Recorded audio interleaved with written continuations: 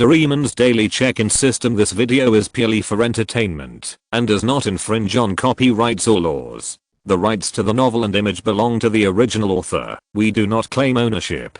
Don't like waiting and want to listen to this fanfic in full now? Subscribe to our Patreon, where you'll find the best fanfics. Chapter 176. The Fish is Hooked. A small branch of the Edo River that flows through Tokyo is about 3 meters wide. It flows under a small hill that is 2 or 3 meters high and 1 or 2 meters wide.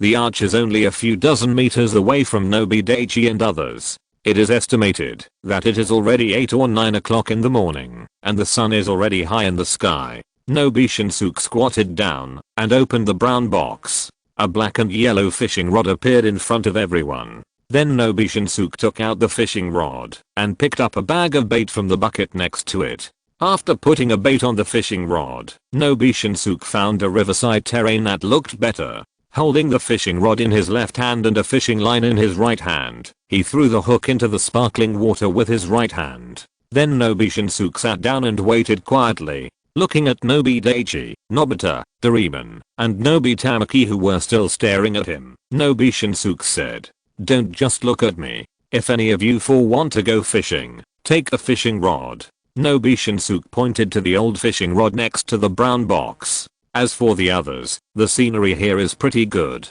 You can walk around, just don't go too far." Then Nobi Shinsuke stopped talking and stared at the sparkling water surface, the fishing line. Nobi Daichi, Nobi Tamaki, Nobita, and Doraemon looked at each other, and it was finally Nobi Tamaki who broke the deadlock. "Who wants to go fishing?" Me. Hearing Nobi Tamaki's question, Nobita couldn't wait to reach out his hand to answer. Nobita looked at Nobita with a strange look on his face. "Fishing is such a boring activity. Can you really stick to it?"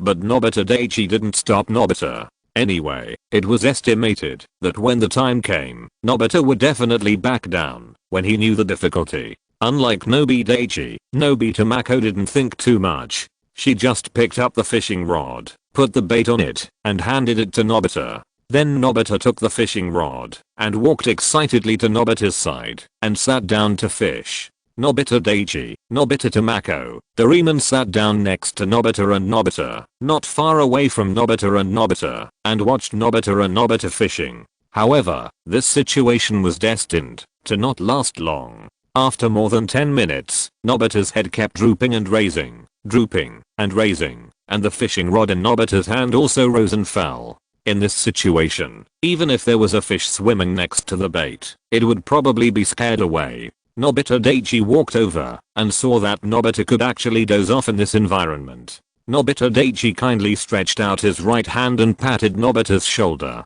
Nobita shuddered and his hand shook, and he almost threw the fishing rod away. Looking at Nobita Daichi standing next to him, Nobita was a little angry. "Daichi, what are you doing? Brother, have you forgotten what you were doing?" Nobita said to him speechlessly, holding his forehead. "I was fishing." "Then what?" "I was fishing and then." Nobita didn't say the falling asleep part, and he scratched his head embarrassedly, as if he knew what he was doing just now. Then Nobita stood up with one hand on the ground and urgently stuffed the fishing rod in his hand to Nobita. Nobita looked at Nobita with a look of astonishment. Looking at the fishing rod in his hand, he was a little at a loss. "Fishing is too boring, so I'll leave this important task to you, Daichi." After saying this, Nobita ran to where Doraemon and Nobita Tamako were, as if he was afraid that Nobita Daichi would catch him and return the fishing rod to him, making him experience the boring and torturing sport of fishing again. Soon Nobita ran to the side of Doraemon and Nobita Tamako and sat down, then looked at Nobita Daichi and made a face. Nobi Daichi looked at Nobita's helpless look and felt helpless, but there was nothing he could do, so he had to sit down with the fishing rod. Due to Nobita's gift, the hook of the fishing rod was already very close to the bank of the river, and there were almost no fish on the bank of the river. Moreover, there were quite a few people near the river now. Although almost no one was making loud noises to scare away the fish, even if there were fish on the bank, they would have already run away after hearing the noise. Therefore, Nobi Daichi held the fishing rod in his left hand, pulled the fishing line with his right hand, and then threw it, and the hook and the fishing line flew directly to the center of the river. Swish!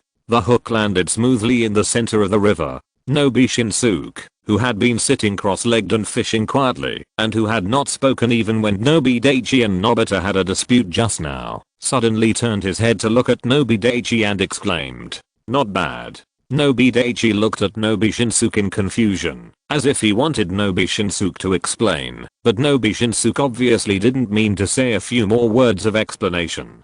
After praising Nobi Daichi inexplicably, Nobi Shinsuke turned his head again to look at the location of his fishhook. Seeing that Nobi Shinsuke didn't want to explain, Nobi Daichi turned his head back to look at the water surface where his fishhook fell, thinking in his heart what Nobi Shinsuke's words of praise just now meant. Was it to praise his good action of throwing the fishing hook? But he was just imitating Nobi Shinsuke's action, and he had never caught any fish. Unable to figure it out, Nobi Daichi didn't think about it anymore. Anyway, it was not an important matter. It's hooked. After more than 10 minutes, Nobi Shinsuke next to Nobi Daichi suddenly screamed, his voice full of joy, and then began to turn the reel installed on the side of the fishing rod to collect the fishing line. As Nobi Shinsuke moved, Nobi Daichi also saw the water surface 7 or 8 meters away from his fishing line churning violently. He knew that the fish had taken the bait, so Nobi Shinsuke hurriedly stood up from the ground and skillfully pulled the fishing line toward the shore. However, the fish Nobi Shinsuke caught seemed to be particularly large. Nobi Shinsuke took a lot of effort, and cold sweat oozed from his head before he pulled the fish out of the water and brought it to shore. Not far from Nobi Shinsuke and Nobi Daichi, a middle-aged man who seemed to be from a family and a girl who was about the same age as Nobi Daichi and Nobita looked at Nobi Shinsuke with envy. You know, they came much earlier than Nobi Daichi's family, but they haven't caught a single fish yet. Nobi Daichi was standing by, watching Nobi Shinsuke pulling the fish, and looking at the tight fishing line, afraid that the fishing line would break with a crack in the next moment. Chapter 177 The Perseverant Middle-Aged Man. However, the scene that Nobi Daichi imagined did not happen. The high-end fishing rod awarded by Nobi Shinsuke's company is worthy of the word high-end and the quality is still good. At least the fishing line will not break when you catch a fish casually. The big fish that was hooked was finally caught by Nobi Shinsuke. Nobi Shinsuke brought the fish in front of him, and he was very happy to see the big fish struggling, and a happy smile appeared on his face. Nobi Tamaki was also very happy when she saw the big fish's scales reflected the dazzling white light under the sunlight. She stood up from the grass and walked quickly to the side of Nobi Shinsuke and asked with a smile, "Is there anything I can help you with? If nothing unexpected happens, we should fish here for a whole day. We can't let the fish die before we get home, or when we just get home. That would mean that our whole day's work would be wasted. Although our main purpose of coming out to play is to have fun, we would definitely be happier if we could have a meal of fish that we caught ourselves for dinner. So first get a bucket and fill it with river water, and then I'll put the fish in. Okay." After listening to Nobi Shinsuke's words, Nobi Tamaki responded, as if she had realized something, then trotted back to Nobita and Doraemon, took a bucket, went to the river to fill it with some water and ran back. Nobi Shinsuke took the fish off the hook and put it in a bucket, filled with 1/3 of water. The fish that Nobi Shinsuke took off the hook kept rolling as soon as it fell into the bucket, and some of the water in the bucket splashed out because of the rolling of the fish. It seems that the fish caught by Nobi Shinsuke is still trying to escape from the bucket, but because the bucket is not low and there is not much water in the bucket, the fish cannot roll out. Looking at the big fish flopping in the bucket, Nobi Shinsuke dances with joy like a child. Then Nobi Shinsuke returns to the original fishing place and sits down, as if he wants to continue to catch a few big fish. However, it may be that catching that big fish has used up all Nobi Shinsuke's luck. In the next few hours until noon, Nobi Shinsuke did not catch a single fish. In fact, it is not that there are no fish. During these few hours, Nobi Shinsuke's fishing rod has caught fish several times, but they always get rid of the restraint of the fish hook and slip away when Nobi Shinsuke pulls it out.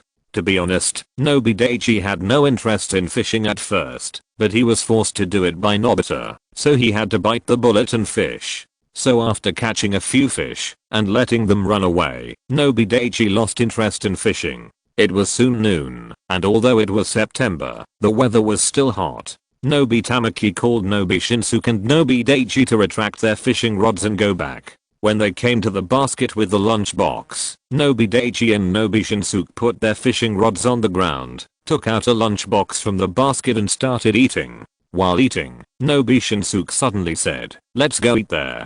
Nobi Shinsuke stopped eating and pointed with chopsticks at a big tree not far in front of him. There were several other big trees around the tree, and there was a large shaded area under the tree. Nobi Daichi, who was eating with his head down, raised his head in confusion after hearing Nobi Shinsuke's words. The meal was good. Why did he change the place? Then he saw the sweat on Nobi Shinsuke's forehead and the short-sleeved shirt that was worn for convenience was already soaked, and then he looked up at the scorching sun in the sky. He turned around and looked at Nobita, Mako and Nobita who were sitting behind him. Although they were not sweating as much as Nobi Shinsuke, there was still a lot of sweat on their foreheads. Although Nobi Daichi was not afraid of the heat with his current strength in the early stage of the mortal realm, the others were different. Therefore, Nobi Shinsuke's suggestion was unanimously agreed by everyone. Nobita ran especially fast, without covering his lunchbox, and ran directly to the shade under the big tree. The others covered their lunchboxes before walking under the big tree. As for the fishing rods, they didn't take them because they could see the location of the fishing rods as long as they looked up when they were sitting in the shade of the big tree, and they were not afraid of being stolen. "Can we eat here?" Nobi Daichi suddenly heard a mellow voice, so he instinctively raised his head. Then he found a middle-aged man in simple clothes holding a girl who looked about the same age as him and Nobita, holding two lunch boxes and walking in front of them. Looking at the sweat on the foreheads of the middle-aged man and the girl, Nobi Shinsuke thought he saw the purpose of the middle-aged man and the girl at a glance, so he greeted them enthusiastically. Of course, the shaded area where Nobi Daichi and others were located was particularly large, and it didn't matter if more than a dozen people sat down to enjoy the coolness. Therefore, Nobi Shinsuke did not refuse the middle-aged man's request, not to mention that there was a little girl standing next to the middle-aged man. Then the middle-aged man sat down next to Nobi Shinsuke, and the girl who followed the middle-aged man sat on the left-hand side of the middle-aged man, and then opened the rice and ate silently. But the shaded area in this place is so large, why did the middle-aged man choose them here? Such a question suddenly popped up in Nobi Daichi's mind. So Nobi Daichi unconsciously looked up at the place where the middle-aged man and Nobi Shinsuke were, and then saw that the middle-aged man and Nobi Shinsuke had actually started to laugh. Nobi Daichi concentrated his mind and wanted to listen to what the two of them were saying, but with his current strength in the early stage of the mortal realm, he could only hear a few words. Excuse me, do you know any fishing skills?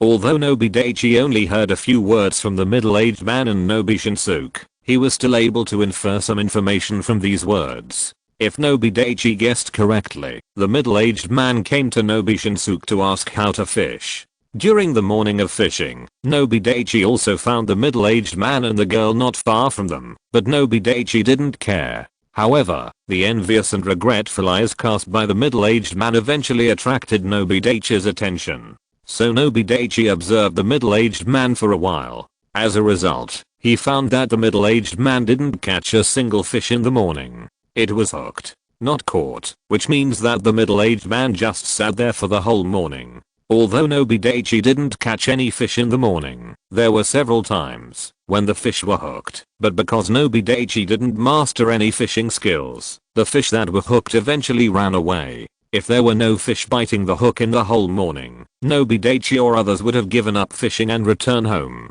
Nobi Daichi didn't know what made the middle-aged man so persistent, but he had a little respect for him.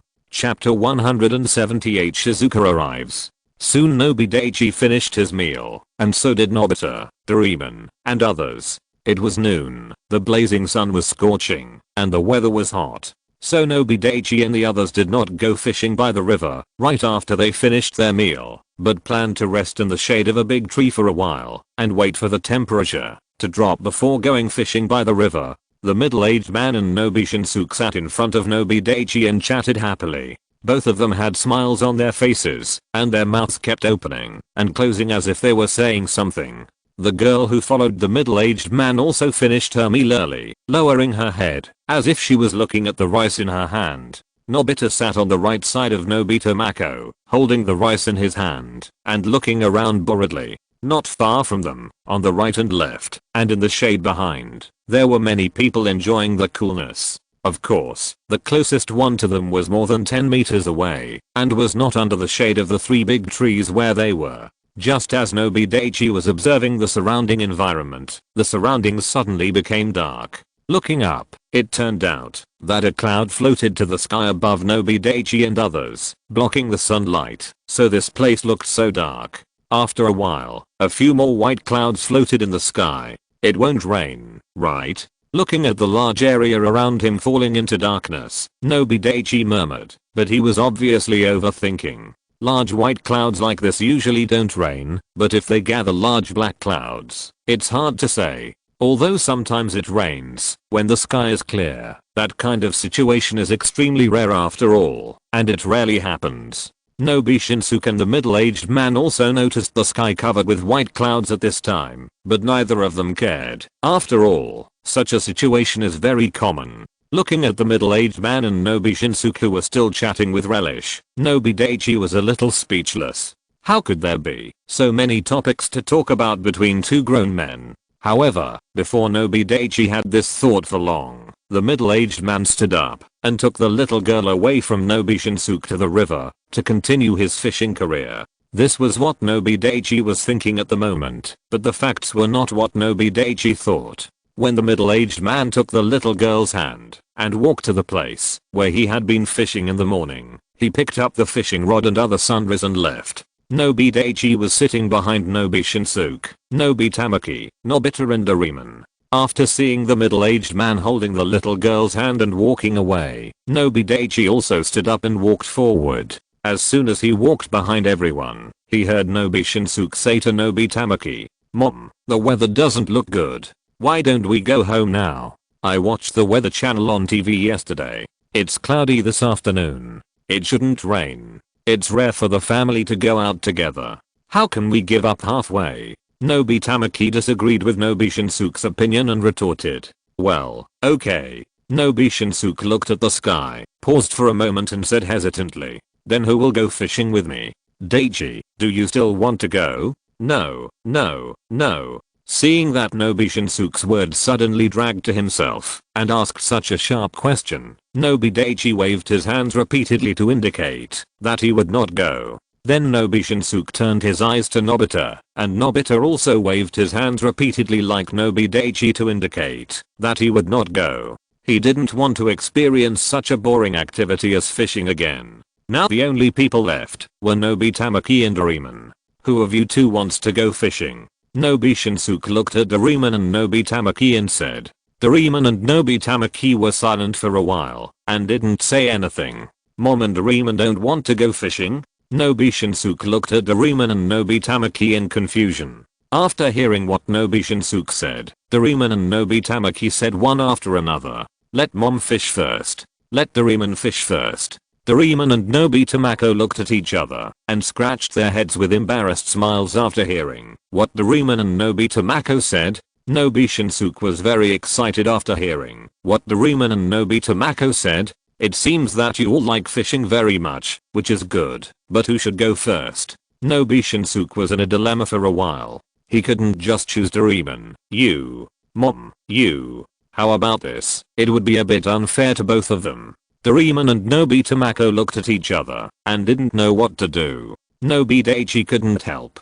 but hold his forehead when looking at Nobita and Nobita Mako. "Is it so difficult to decide who should go first? Doraemon, you should go first. Is it okay?" Nobita Mako nodded. In the end, Nobita Mako spoke up to help. So the fishing plan for the afternoon was set. Doraemon followed Nobi Shinsuke to the river to fish, and Nobita Mako followed him, wanting to learn a little bit of fishing skills from Nobi Shinsuke in this short time. Because the white clouds blocked the scorching sun, other people who came here to fish left the shade and came to the river to fish again.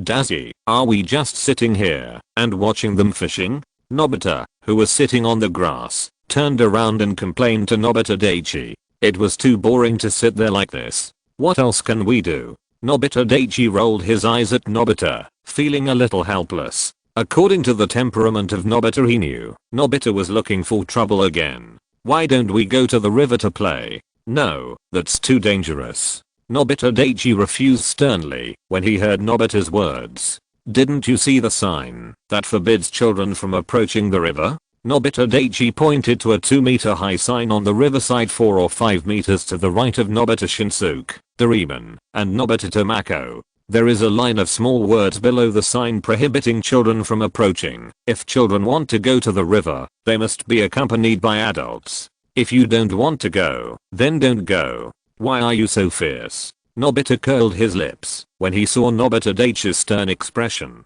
Nobita Daichi's mouth twitched, and he couldn't help but sigh in his heart. Nobita is worthy of being Nobita, always looking for something to do. Nobita Daichi dared to be 10,000 sure that if he hadn't refused Nobita sternly, according to Nobita's temperament, he would definitely go there secretly. And according to Nobita's European Emperor luck, he might fall into the river while playing by the river, and then he would have fun. Nobita Daichi turned his head and looked at Nobita with a little joy in Nobita's surprise. Nobita was staring at one direction at this time, and Nobita Daichi followed Nobita's gaze, and then he found Shizuka. Next to Shizuka was a middle-aged young woman who looked 90% similar to Shizuka. It was Shizuka's mother, Shizuka Gozen. Thanks to the reader Dada Yuzi forecasting a monthly ticket. Chapter 179 Dream. Shizuka and the others are here to fish. Is it such a coincidence? Nobi Daichi looked at Shizuka holding a fishing rod and Shizuka holding a bucket in both hands. He was a little surprised, but he was a little happy in his heart. It was not because he was interested in Shizuka, but since Shizuka was here, Nobita should no longer have the dangerous idea of playing by the river, right? Nobita immediately stood up from the grass after seeing Shizuka, and then ran towards Shizuka and Shizuka. Nobita, are you also here to fish with your parents? Looking at Nobita who ran in front of her, although Shizuka did not see Nobita's parents sitting down by the river to fish in the distance, Shizuka still asked this question. After all, there would be special people coming to check from time to time, and a child could not come here to play without the guidance of his parents. If the administrator here saw it, he would at least be severely reprimanded. The reason why this place is so strictly controlled is not only because this branch of the Edagore River is more than 10 meters deep, but also because there are many fierce and dangerous aquatic animals in it. Such a river is extremely dangerous for adults, not to mention children. However, it is also because of this that there are many kinds of fish in this river, and the number is not small. However, after so many years of wanton fishing by some people, the number of fish in this river has been greatly reduced, and some dangerous aquatic animals can only retreat or be captured under the advanced weapons of humans. In addition, the discharge of industrial wastewater has caused serious damage to the environment around this river. Therefore, in order to protect this area and prevent the environment in this area from continuing to deteriorate, a special environmental management monitor was set up. Hello, Auntie. Nobita greeted Shizuka Gozen first, and then replied to Shizuka. Yes. Why don't I see your parents? There. Nobita pointed in a direction and said to Shizuka. While Nobita and Shizuka were chatting, Nobi Daichi also came to Nobita, Shizuka, and Shizuka Gozen. Hello, Auntie. Nobita Daichi also greeted Shizuka Gozen first, and then greeted Shizuka. Auntie, are you here to fish with Shizuka? Of course. Shizuka Gozen smiled gently, and said to Nobi Daichi, then asked again. By the way, why don't I see your parents?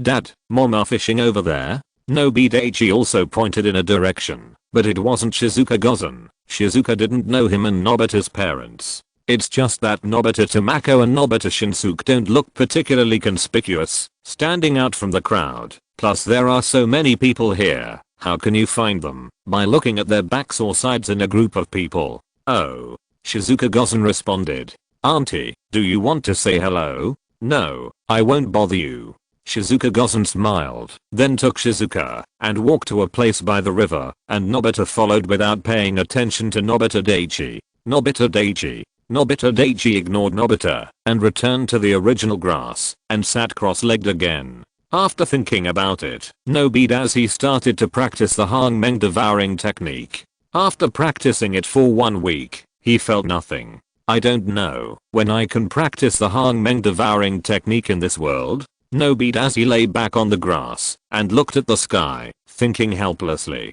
This world is really getting more and more dangerous. Without strong strength, it is really hard to have confidence. Looking at the sunlight coming out from the cracks between the white clouds in the sky, Nobi Daichi suddenly thought of the powerful power of the heavenly Deo origin version of the Emperor Armor at the beginning, and couldn't help getting excited. I don't know when I can have such strong strength again. With the strength of the heavenly Deo origin version of the Emperor Armor, Nobi Daichi is confident that he can blow everything up and overwhelm all dissatisfaction. Of course, this is just Nobi Daichi's idea. As for whether the real situation is like this, it is hard to say. Of course, he will not become dependent on the heavenly Deo origin version of the Emperor Armor, but it is okay to use it occasionally to save the emergency. It's just a pity. Even if there is such a powerful thing, the system will not lend it to him. Even if it can only be used once a day, and only for a few minutes at a time, it is enough to deal with most of the dangers in this world.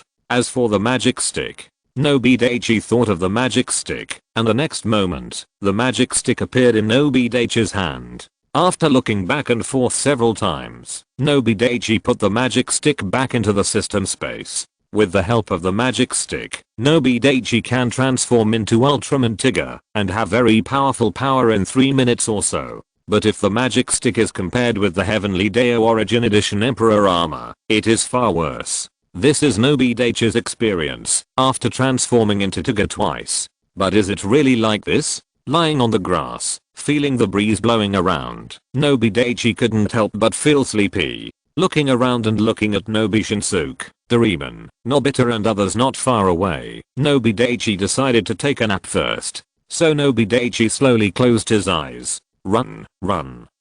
Ah, help.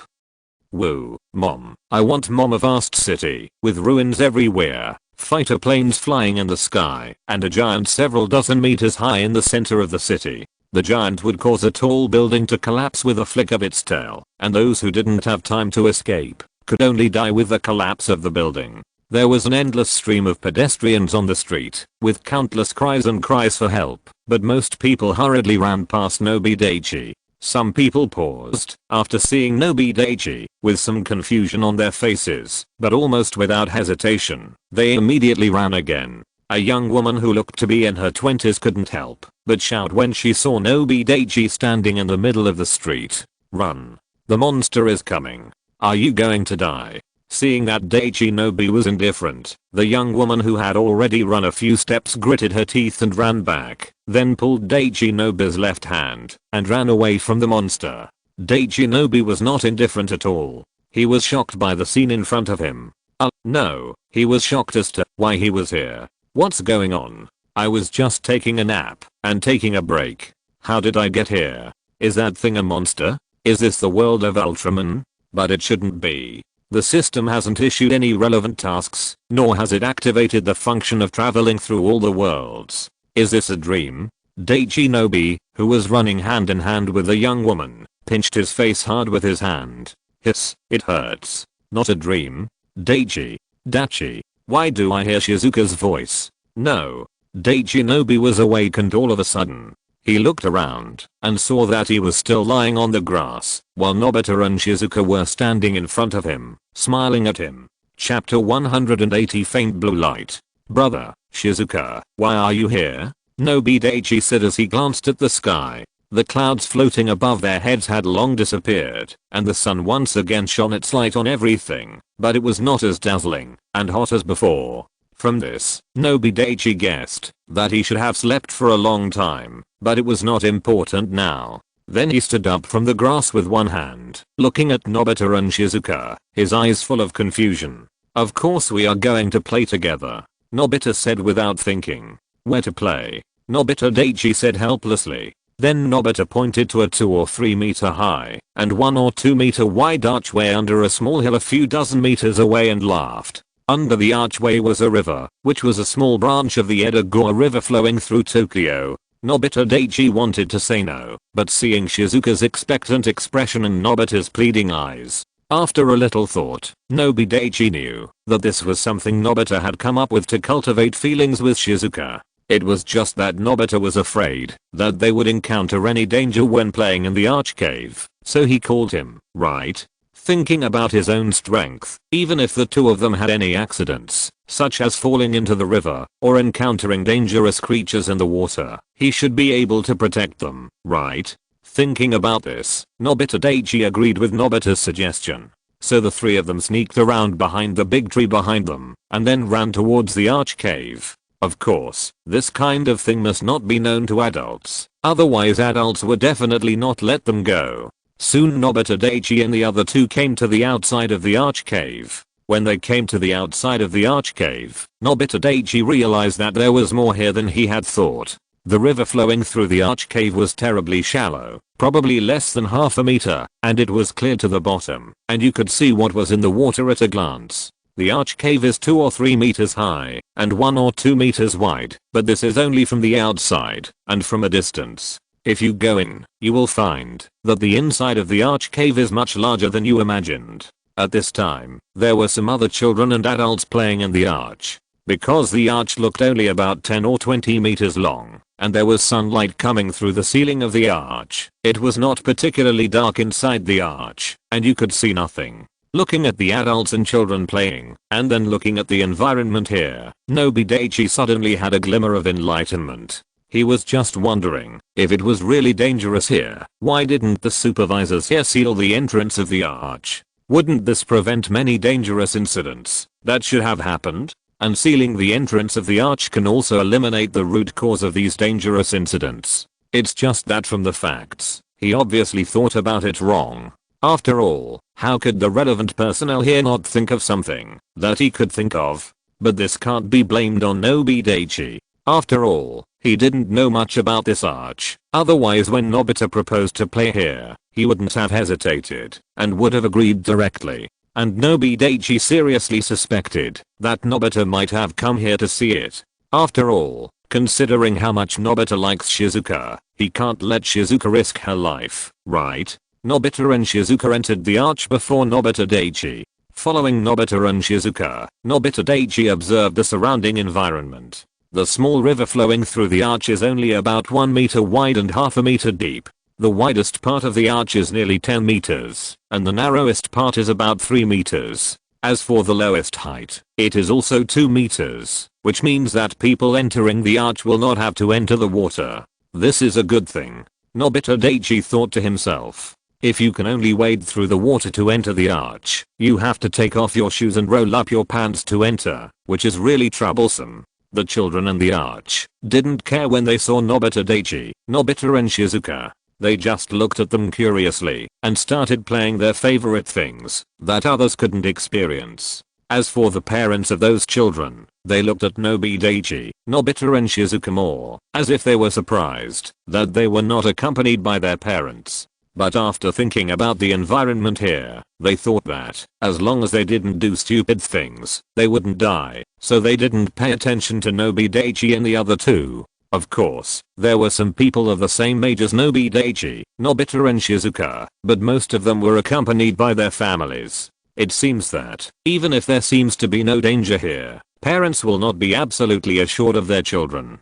This also makes Nobi Daichi and the other two look a little different. Nobita took Shizuka to the other end of the arch. Nobi Daichi did not follow. He thought the same as those adults. As long as they didn't do stupid things, they wouldn't die. Therefore, he didn't care about the safety of Nobita and Shizuka as much as at the beginning. Nobi Daichi watched Nobita and Shizuka walk to the other end of the arch more than 10 or 20 meters away, and then retracted his gaze and turned around in the arch. It's just that, although this arch is not small, it is definitely not big. Therefore, Nobi Daichi quickly walked around the entire archway, and at the same time, he was a little bored. He squatted near the water about 3 or 4 meters away from the entrance of the archway, and looked down at the water. Although the light inside the archway was not very bright, Nobi Daichi could vaguely see his reflection on the water.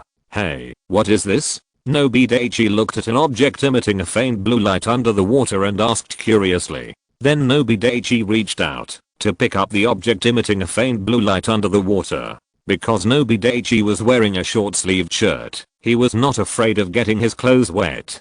After putting his hand into the water, a cool feeling immediately spread from his hand and arm to his whole body, causing Nobi Daichi to shudder. Nobi Daichi was also very surprised by this. He found that, as long as he did not take the initiative, and did not consciously use his own strength, he was almost no different from an ordinary person. He could clearly feel the changes in the surrounding environment that ordinary people could perceive, such as hunger, cold, cool, and heat. When Nobi Daichi took the object emitting faint blue light out of the water and held it in front of his eyes for a closer look, the object suddenly stopped glowing. Nobi Daichi looked at the object between his thumb and pinky finger and was shocked to find that it was a dark ring of unknown material. Then Nobi Daichi suddenly turned his head and looked around. Everything around him was normal. Adults and children were still doing their own things. He felt relieved. It seemed that no one noticed the abnormality here. Thanks to the reader Devil in the Salt Pile for voting for 2 monthly tickets. Chapter 181 Shizuka leaves. Thinking about the strange ring that emitted a faint blue light, could it be that there was an old man hidden in this strange ring?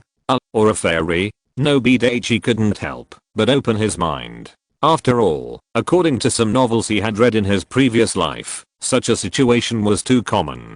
So after looking at the ring several times, Nobi Daichi suddenly shouted to the ring in a low voice. "Hey, old man, I know you are in there, so stop pretending and come out quickly." A gust of wind blew by. Do I have to drip blood to recognize the owner? Looking at the strange ring that didn't move, Nobi Daichi couldn't help thinking in his heart. Then he took the dark ring in his left hand and stretched out his right index finger to look at it. Hiss, forget it, it hurts too much. When he thought of the scene where he bit his index finger with his mouth and blood kept flowing out of his index finger, Nobi Daichi couldn't help but panic. If someone who didn't know saw it, they would think he was a psychopath who wanted to self-harm. Thinking of this, Nobi Daichi casually put the dark ring into his trouser pocket, and then Nobi Daichi walked towards where Nobita and Shizuka were. When Nobi Daichi walked behind Nobita and Shizuka, who were squatting not far from the exit of the arch, he found that Nobita and Shizuka seemed to be talking about something, and both of them were smiling. When he heard the footsteps behind him, Nobita turned around and said happily, "Daichi, you are here too? Well, what's wrong?" Nobi Daichi heard Nobita's slightly happy voice and responded with a questioning tone, then walked to Nobita's left-hand side and squatted down. "Just now I was talking to Shizuka about Lululu." "Oh." Nobi Daichi seemed to understand and continued. "Then what? I don't know much about Lululu, but Shizuka just happened to want to know something about Lululu. So I was thinking about whether I should go to you to ask, and then I was about to get up, but I didn't expect you to come." Nobita said embarrassedly. "I see. Shizuka, do you have anything to ask? That is, didn't Lululu disappear? How come she suddenly came back?" Shizuka paused as if she was thinking about whether to say it, but she still said it. "Well." Nobi Daichi thought about it for a while. In fact, he also had some small doubts about this question, but he still said it. "Didn't we change history back then? The previous Lululu did disappear, but the current one is different from the previous one. Therefore, I thought about it and thought that this new Lululu was probably created by the new Nekotibia civilization after changing history. As for why Lululu came to Earth again, I don't know." Nobi Daichi actually had some guesses about the reason why Lululu came to Earth, that is, the end cause and effect card he used at the time. After all, according to what he thought, even if the civilization of New Nekotibia was really changed, and Lululu was successfully created, there was no reason for them to send Lululu to Earth again. However, these are just Nobi Daichi's guesses, and the matter of the ending cause and effect card cannot be known to others, so Nobi Daichi can only tell Nobita, Shizuka and others that he doesn't know. After listening to Nobita Daichi's words, Nobita and Shizuka were silent, as if they thought of the experience of fighting side by side with Lululu.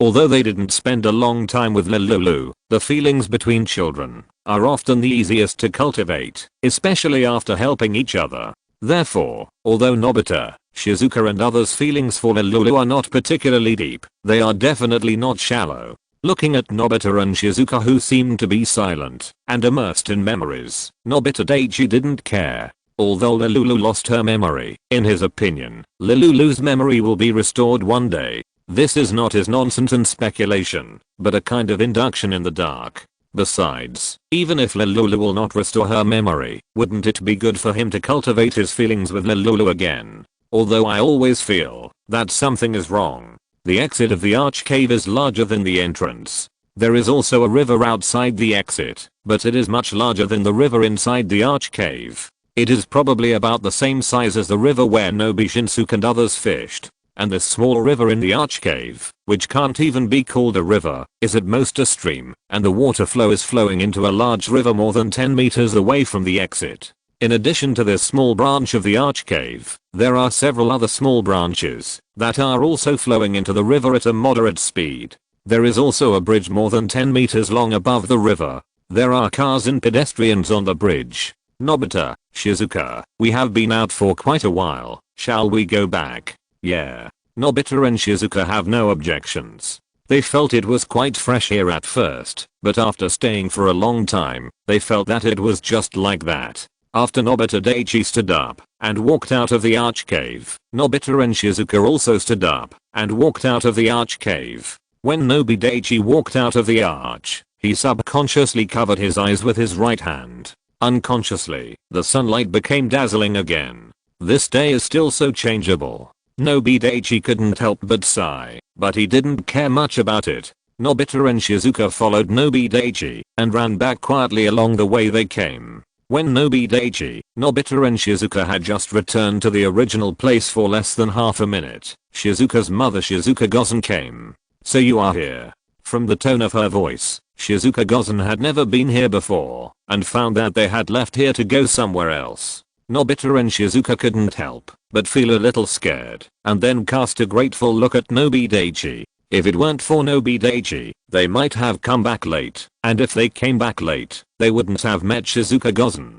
Then Shizuka Gozen would be anxious and angry, wondering where Shizuka went, and then a series of bad things would happen. Nobi Daichi cast a comforting look at Nobita and Shizuka, indicating that they don't have to be afraid. Of course, whether Nobita and Shizuka understood his eye signal was not something Nobi Daichi should think about. Mom, is there something wrong? Shizuka walked in front of Shizuka Gozen and said softly, I have something urgent to do and need to go home now. Do you want to continue to stay here and play with Nobita and Daichi and then go home with them, or go home with me now? Shizuka Gozen said slowly.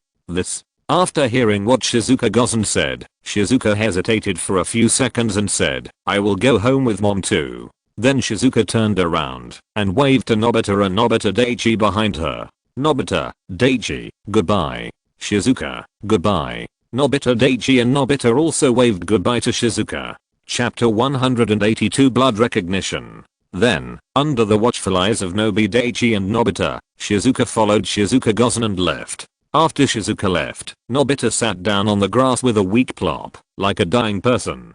General. Nobi Daichi left the grass and went to where Nobi Shinsuke, Doraemon, and Nobi Tamaki were. When Nobi Daichi came behind the three people, Nobi Shinsuke and the other two did not notice him. Nobi Shinsuke and Nobi Tamaki were fishing with fishing rods, and Doraemon was standing aside and watching seriously. When Nobi Daichi called the three people, Nobi Shinsuke and the other two turned their upper bodies and looked back at Nobi Daichi. Daichi, why are you here? Do you want to come fishing too? Doraemon stood up from Nobi Shinsuke and walked in front of Nobi Daichi and said, no, I just came here to see how you are doing. Nobi Daichi smiled. Oh, Doraemon, how many fish did you catch? Nobi Daichi asked mischievously. He felt very indignant when he thought that he hadn't caught any fish in the whole morning.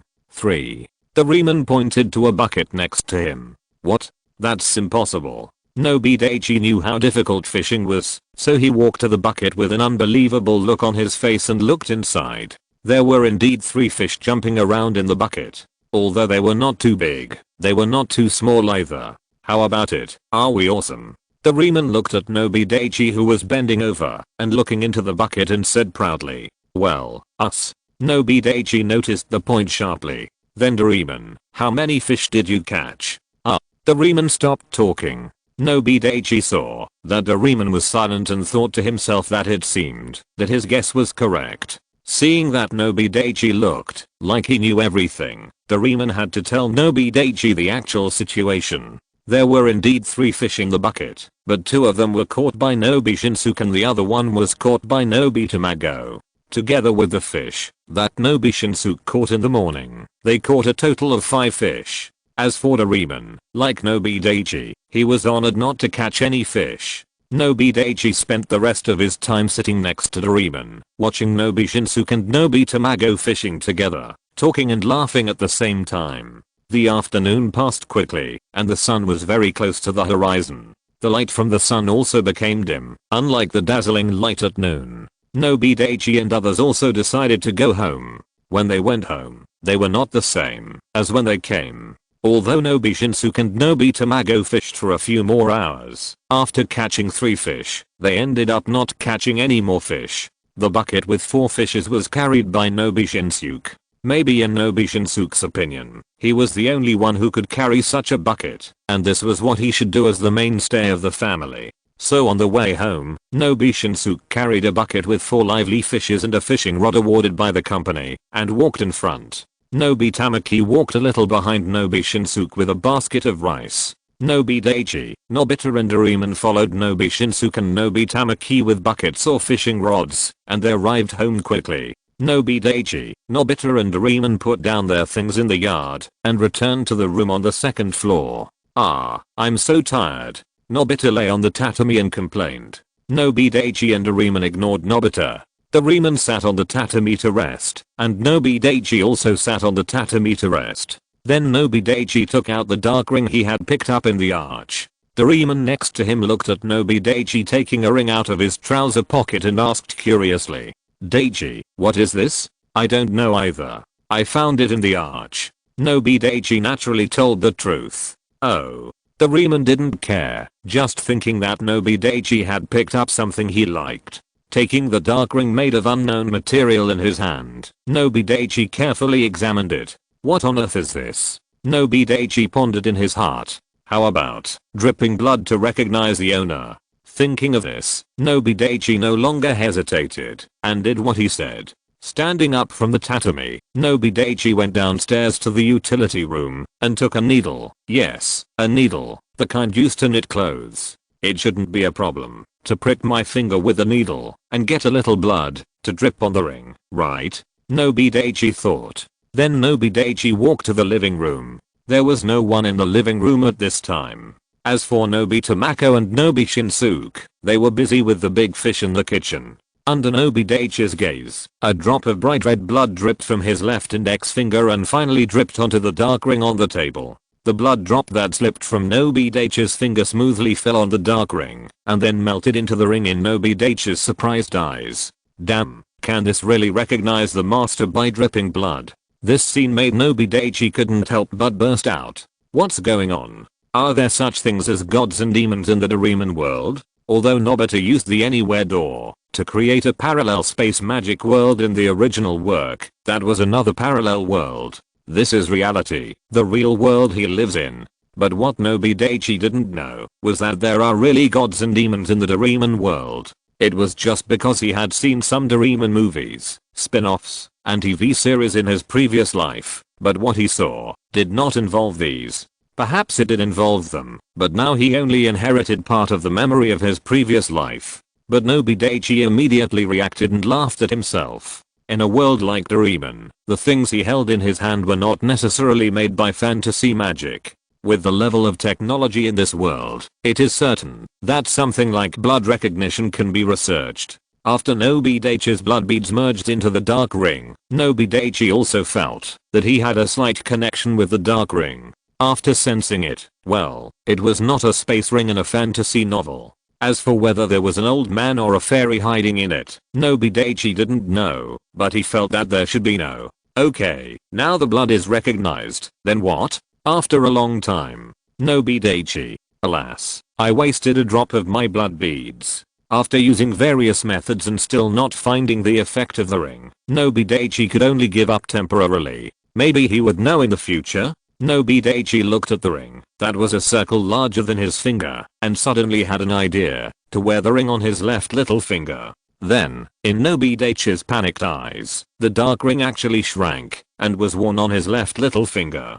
Thanks to the reader Scientist for voting for a monthly ticket. If you're listening to this novel on a channel other than Fanfic World, it means they downloaded and uploaded it without effort. We cordially invite you to visit our channel, Mundo Fanfic Novelos. There you'll find the original version of this story and you can explore many other novels of various genres. We're waiting for you to immerse yourself in a world of incredible novels.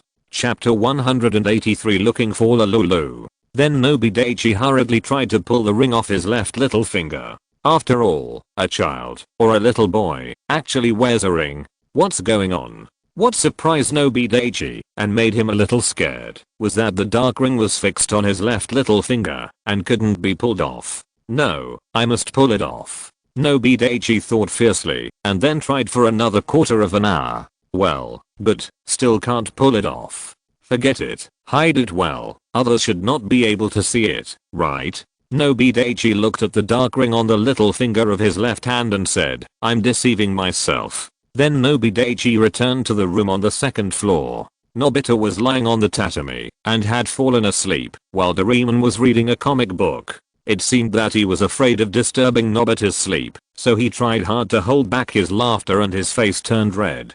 Soon it was night and the whole town was dark, with only countless lights shining from the windows of the houses. Nobita's house, kitchen. The family of 5 sat at the dining table, and the table in the middle of the 5 people was filled with a variety of rich food. In the middle of the table was of course the fish that the family caught today by the river. Only 2. Nobi Shinsuke and Nobi Tamaki did not cook all the fish at once. After all, they couldn't finish cooking 4 fish at once, and it would waste food. The other 2 fish were kept in a bucket and would not die for the time being. Let's start. Nobi Shinsuke clamped the chopsticks, stretched the chopsticks into the air, and said to everyone, okay. The others also responded. After finishing the meal, Nobi Daichi, Nobita and Doraemon all returned to the room on the second floor. Although they had already eaten dinner, it was only about 7 o'clock in the evening. In this September with the autumn wind, the sky was not completely dark. Standing at the window, feeling the gusts of cool breeze blowing from the window, Nobi Daichi's thoughts were particularly clear at this moment. Looking at the bright lights coming out from the house next door, Nobi Daichi suddenly thought of Lululu. How about going to Lululu's house? Nobi Daichi thought, but he was a little hesitant. After all, he was not very familiar with the current Lululu, and it was almost dark now. Wouldn't it be a bad idea to disturb Lululu at this time? But it didn't seem to be a big problem. The reason why Nobi Daichi wanted to go was because he wanted to test the attitude of this Lululu towards him. Since the time when he went down the mountain with Lululu, Nobi Daichi noticed that Lululu showed a little strangeness when treating him. Nobi Daichi, who was really itching in his heart, finally decided to go. Then he opened the door and walked out in the puzzled eyes of Nobita and Doraemon. Nobita, what do you think does he wants to do? Doraemon turned to Nobita next to him and asked. I don't know either. Nobita scratched his head. Although it was already night and it was almost completely dark, people still walked on the street from time to time, but there were very few people. Ding ling ling. Nobi Daichi rang the door of Lululu's house. After Lululu's door was opened, a middle-aged man who looked very kind appeared in front of Nobi Daichi. After seeing Nobi Daichi, the middle-aged man did not show any expression of surprise, but asked with a smile, excuse me, who are you looking for? The middle-aged man did not care about Nobi Daichi, but Nobi Daichi was very concerned about the middle-aged man. Because Nobi Daichi was surprised to find that the middle-aged man in front of him actually looked very similar to a senior Japanese official. Why could Nobi Daichi tell it at a glance? It was because Nobi Daichi often saw people who looked very similar to the middle-aged man in front of him on TV news. It's just that there are so many people in the world who look alike, and Nobi Daichi was only surprised for a moment. Excuse me, who are you looking for? The middle-aged man still asked with a smile. When Nobi Daichi heard the middle-aged man's words, he also reacted. His brief contemplation just now was not only because he saw a Japanese senior official who was very similar to the one on TV. More importantly, Nobi Daichi was thinking that if the middle-aged man in front of him was really that person, how could a Japanese senior official live in such a place? Although the place where their family lived was considered very good in Tokyo, it was only for their family, and there were many better places in Tokyo than this place. However, these thoughts only flashed through Nobi Daichi's mind, and he did not forget the purpose of his coming here. I'm here to find Lulu. The middle-aged man had a kind smile on his face, but after hearing what Nobi Daichi suddenly said, he was stunned, and a trace of vigilance flashed in his eyes. The angel just came to Earth yesterday, and they didn't tell anyone, so how did Nobi Daichi know? Did they get exposed? When the middle-aged man thought of this, he couldn't help but break out in cold sweat on his back, but he calmed down immediately. Then the operation controller in the middle-aged man's mind urgently called out various information in the memory, and then analyzed and synthesized it. He was worried, and did it again, but still did not find any loopholes. Am I overthinking? The middle-aged man thought again that the angel came down from the back mountain of the school. Maybe the child in front of him was someone the angel met on the way here from the back mountain of the school. The middle-aged man thought in his heart, and his brain was working very fast. Of course, these are all the middle-aged man's inner thoughts. After all, he has been on Earth for so many years, and he understands some things, even if he doesn't understand them. In the outside world, the middle-aged man politely invited Nobi Daichi to come in and sit down. Then, under the guidance of the middle-aged man, Nobi Daichi came to a living room with elegant decoration. Nobi Daichi just glanced casually and found that all kinds of furniture in the house were international or world famous brands. Although Nobi Daichi couldn't recognize the tea on the table, he could smell the fragrance from 4 or 5 meters away and knew that it was definitely not an ordinary product. At first, Nobi Daichi was doubting whether the middle-aged man in front of him was the high-ranking Japanese official who often appeared on TV. Now, seeing these precious furniture and famous cheese, he was almost certain. Please wait a moment, I will go and call Lulu down now. The middle-aged man handed a cup of warm tea to Nobi Daichi while speaking. Originally, the middle-aged man intended to drink this cup of warm tea for himself, but since Nobi Daichi came, he gave it to Nobi Daichi. Okay, thank you. Nobi Daichi didn't know this, so he thanked the middle-aged man. Because Nobi Daichi was focused on Lulu, and the middle-aged man's acting skills had reached the pinnacle, Nobi Daichi didn't notice the abnormality of the middle-aged man. The middle-aged man quickly came to Lulu's room on the 2nd floor by stepping on the stairs. Bang, bang, bang. The middle-aged man stood at the door respectfully, tidied his clothes, knocked on the door a few times, and entered, only after getting Lulu's permission. Come in. The middle-aged man walked up to Lulu respectfully and said, Chapter 180 Tray. Angel. Lulu. Seeing the displeasure in Lulu's eyes, the middle-aged man hurriedly changed the subject. What's wrong? After seeing the middle-aged man change the way he addressed her, Lulu put down her fake serious face and asked the middle-aged man happily. The middle-aged man sighed in his heart. It was really difficult for him to deal with the angel with such an attitude. Of course, the middle-aged man was not a masochist. It was just that the admiration for the angel in his heart from birth to now made him want Lulu to be more harsh to them. Someone is looking for you. You. The middle-aged man unconsciously used the honorific, but when he saw Lulu's increasingly dangerous eyes, he had to give up and change the name. Who? Hearing the middle-aged man's words, Lulu was also confused. She had only been on Earth for a few days, and someone was looking for her? He said his name is Nobi Daichi. Seeing the puzzled expression on Lulu's face, the middle-aged man was startled. Could it be that Nobi Daichi didn't know the angel, but lied to him? The middle-aged man unconsciously exuded a sense of danger. Of course, it was not the middle-aged man himself who felt the danger, but the danger directed at Nobi Daichi. Nobi Daichi. When she heard Nobi Daichi's name, Nobi Daichi's figure instantly emerged in Lulu's mind. That kid. Lulu suddenly felt a sense of sudden enlightenment. What did he want to talk to me about? Lulu asked the middle-aged man next to her. Seeing that the angel's expression changed from doubt to enlightenment, the middle-aged man unconsciously breathed a sigh of relief. It seems that the kid really knows the angel and did not lie to him. Otherwise, it would be more trouble than gain if this insignificant kid left a bad impression in the angel's heart. The kid named Nobi Daichi didn't tell me, saying that he would tell me after you go down. Oh. Seeing that the angel was about to go down, the middle-aged man couldn't help but ask in a hurry with the purpose of fulfilling his duties. Do you really know that kid named Nobi Daichi? I guess I do. Lulu replied casually and didn't say anything else. What she wanted to know most now was what Nobi Daichi wanted to talk to her about. When Lulu hurried downstairs and walked to the door of the living room, she saw Nobi Daichi holding a teacup and preparing to drink tea. So Lulu walked over and said to Nobi Daichi, "Why are you here? What's the matter?" Then she sat opposite Nobi Daichi and looked at him without any scruples. The middle-aged man followed Lulu and hurried downstairs. Looking at the angel sitting opposite the human child named Nobi Daichi, the middle-aged man seemed to have thought of something in his heart. Then the middle-aged man hurried to the kitchen. "Can't I look for you if there's nothing wrong?" Nobi Daichi said, a little rogue.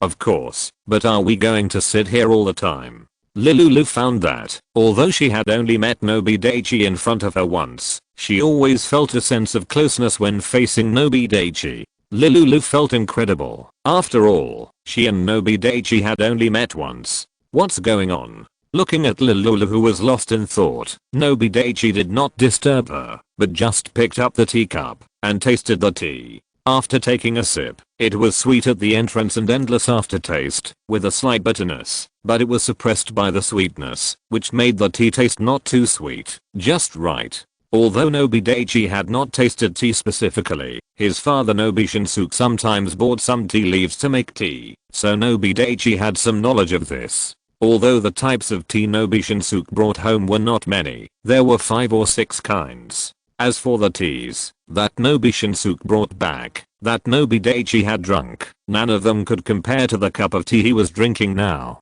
This was not just based on the price, although Nobi Daichi did not deny that famous teas might be more expensive. Just from the taste point of view, the teas that Nobi Shinsuke brought back were compared with the tea that Nobi Daichi was drinking now. In fact, some of the teas tasted very similar to the tea he was drinking now. But this was only from the taste point of view. If it was from the taste point of view, it would be far worse. Although Nobi Daichi had been drinking very slowly, he also finished the tea in front of him very quickly. After all, there was not much tea in the teacup in front of Nobi Daichi. Lulu quickly woke up from her meditation, and she remembered that she was still talking to Nobi Daichi. Just when Lulu wanted to say something, the door of the living room was knocked twice, and then it was suddenly opened. The middle-aged man came in from outside with a tea tray, on which there was a teapot and several teacups. "I hope you can have a pleasant chat." After the middle-aged man put the tea tray on the table between Nobi Daichi and Lulu, he smiled and said, then walked out of the living room and closed the door. Then the middle-aged man stood guard at the door of the living room. He didn't want to eavesdrop on what the angel said, but for the safety of the angel, he could only do such a treasonous thing. Nobi Daichi certainly didn't know that the middle-aged man was eavesdropping on their conversation outside, because he didn't pay attention deliberately, but even if he noticed, he wouldn't care. Anyway, what he was going to say was not something shameful. "Sorry, I was distracted just now." Lulu smiled apologetically to Nobi Daichi after the middle-aged man walked out of the living room and closed the door. It's okay, Nobi Daichi responded. Then Nobi Daichi took a teapot from the tea tray and poured a cup of steaming hot tea, and then put the teapot back on the tea tray. Looking at the teacup filled with steaming tea, Nobi Daichi did not drink it immediately, but planned to wait until the tea in the cup cooled down a little before drinking it. Lulu saw that Nobi Daichi poured a cup of tea by himself and did not care, so she also took the teapot and a teacup from the tea tray. After filling the teacup in front of her with tea, Lulu also put the teapot back on the tea tray. Then Nobi Daichi and Lulu sat like this, and the 2 teacups placed on the table between them continued to steam. The middle-aged man stood at the door and heard the sound of pouring tea from the living room. "The first cup of tea should be poured by the angel for me. After all, it is an angel. The second cup should be poured by the human child named Nobi Daichi for me. Of course, it may also be poured by the angel for that human child." That human child is really lucky.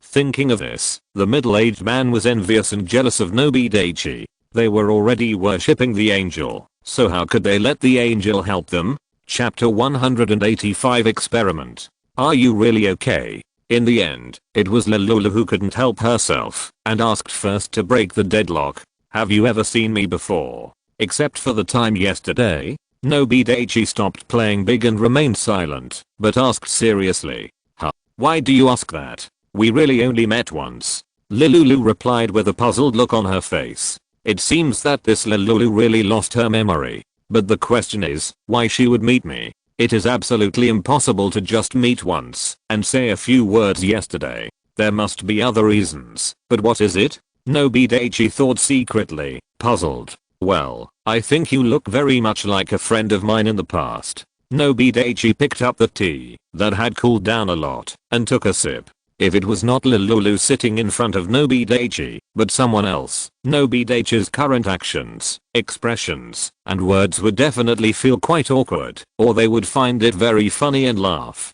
However, Lulu did not think anything was wrong with Nobi Daichi's words and deeds, as if they had often done this before. Oh. Lulu understood a little, then took a sip of tea from the teacup, and then said, do you have anything else to do? Nobi Daichi felt helpless.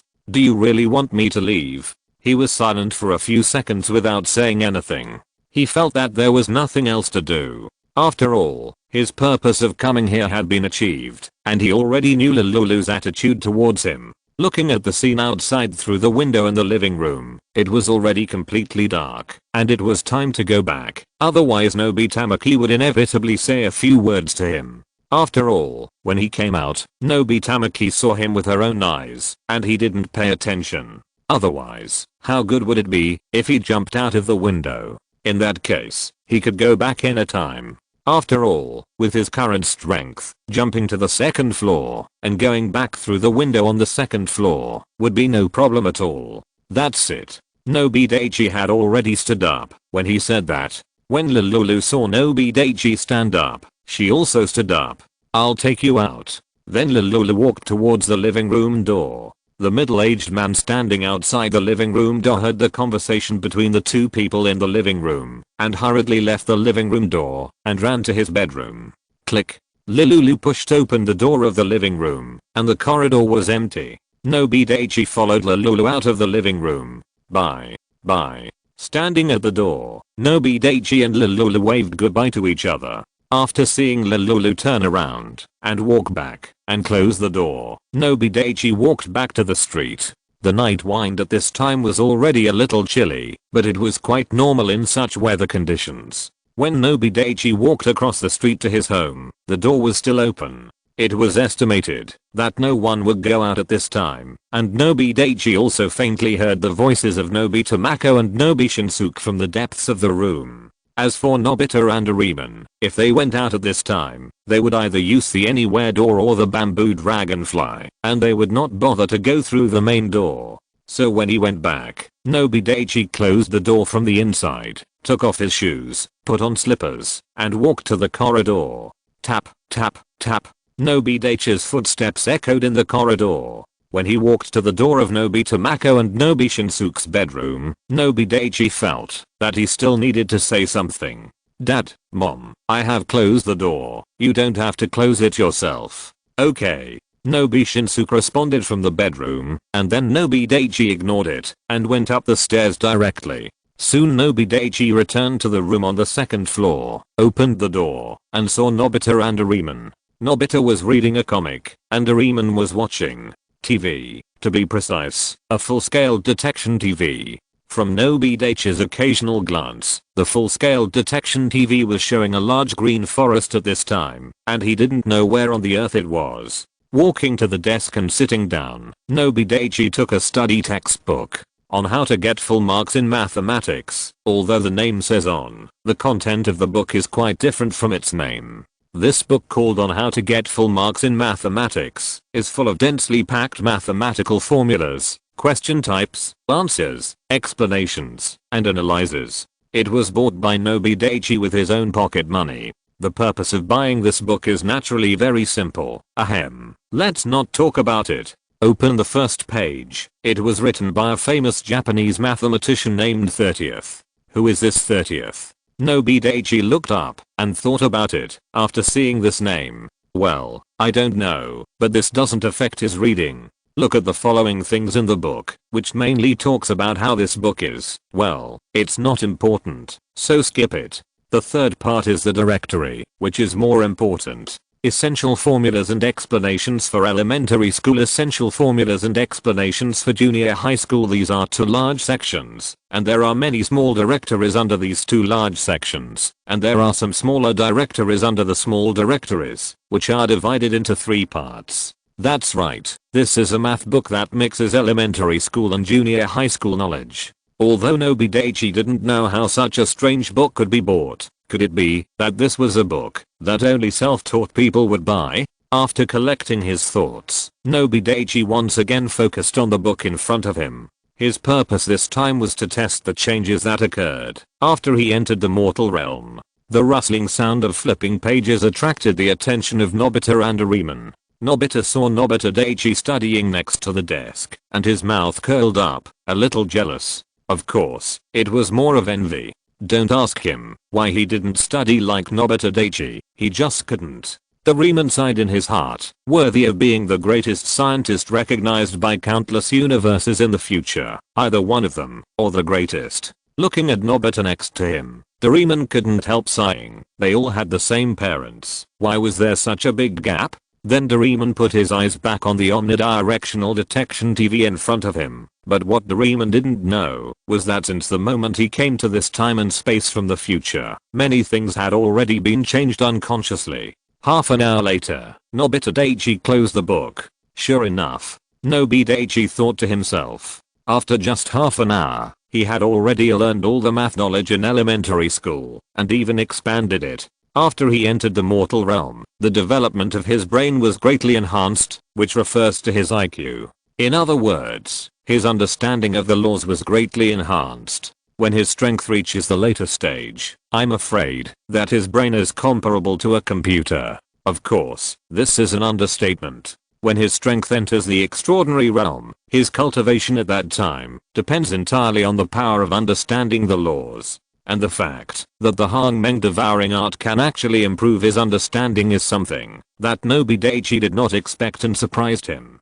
Chapter 186. Another year old. Nobi Daichi thought a lot in his mind, but to outsiders, Nobi Daichi only pondered for a few seconds. After collecting his thoughts, Nobi Daichi turned his eyes to the weird book in front of him, which was already a quarter open, and then Nobi Daichi closed the book. Nobi Daichi did not continue reading, because it was already a little late. Then Nobi Daichi closed the book and prepared to go to bed, while Nobita and Doraemon also packed up and prepared to go to bed. Pa. With a light sound, the whole bedroom fell into darkness. After a while, Nobita's snoring sounded, and it seemed that Nobita had entered a deep sleep. Nobi Daichi still did not sleep, of course not because Nobita affected him. Such a small sound was not enough to affect his sleep. Nobi Daichi did not sleep because he was thinking about something. What he was thinking about was naturally related to what he had just done. That is, his learning speed had been greatly enhanced. Ding. You can open it today. Do you want to punch in? Punch in. Punch in successfully. Get 1 million yen. The cold and ruthless mechanical voice of the system resounded in Nobi Daichi's mind. It was still 1 million yen. Nobi Daichi vaguely felt that he seemed to have mastered some of the rules and changes of the system punching in. In the past, as long as he actively called the system to punch in, the system would come out, but now it is random. And now the system is changing to randomly giving punch-in prompts for him to punch in, and the things he gets by punching in are also varied, but there are some rules to follow. But now Nobi Daichi is not sure, so he didn't think about it anymore.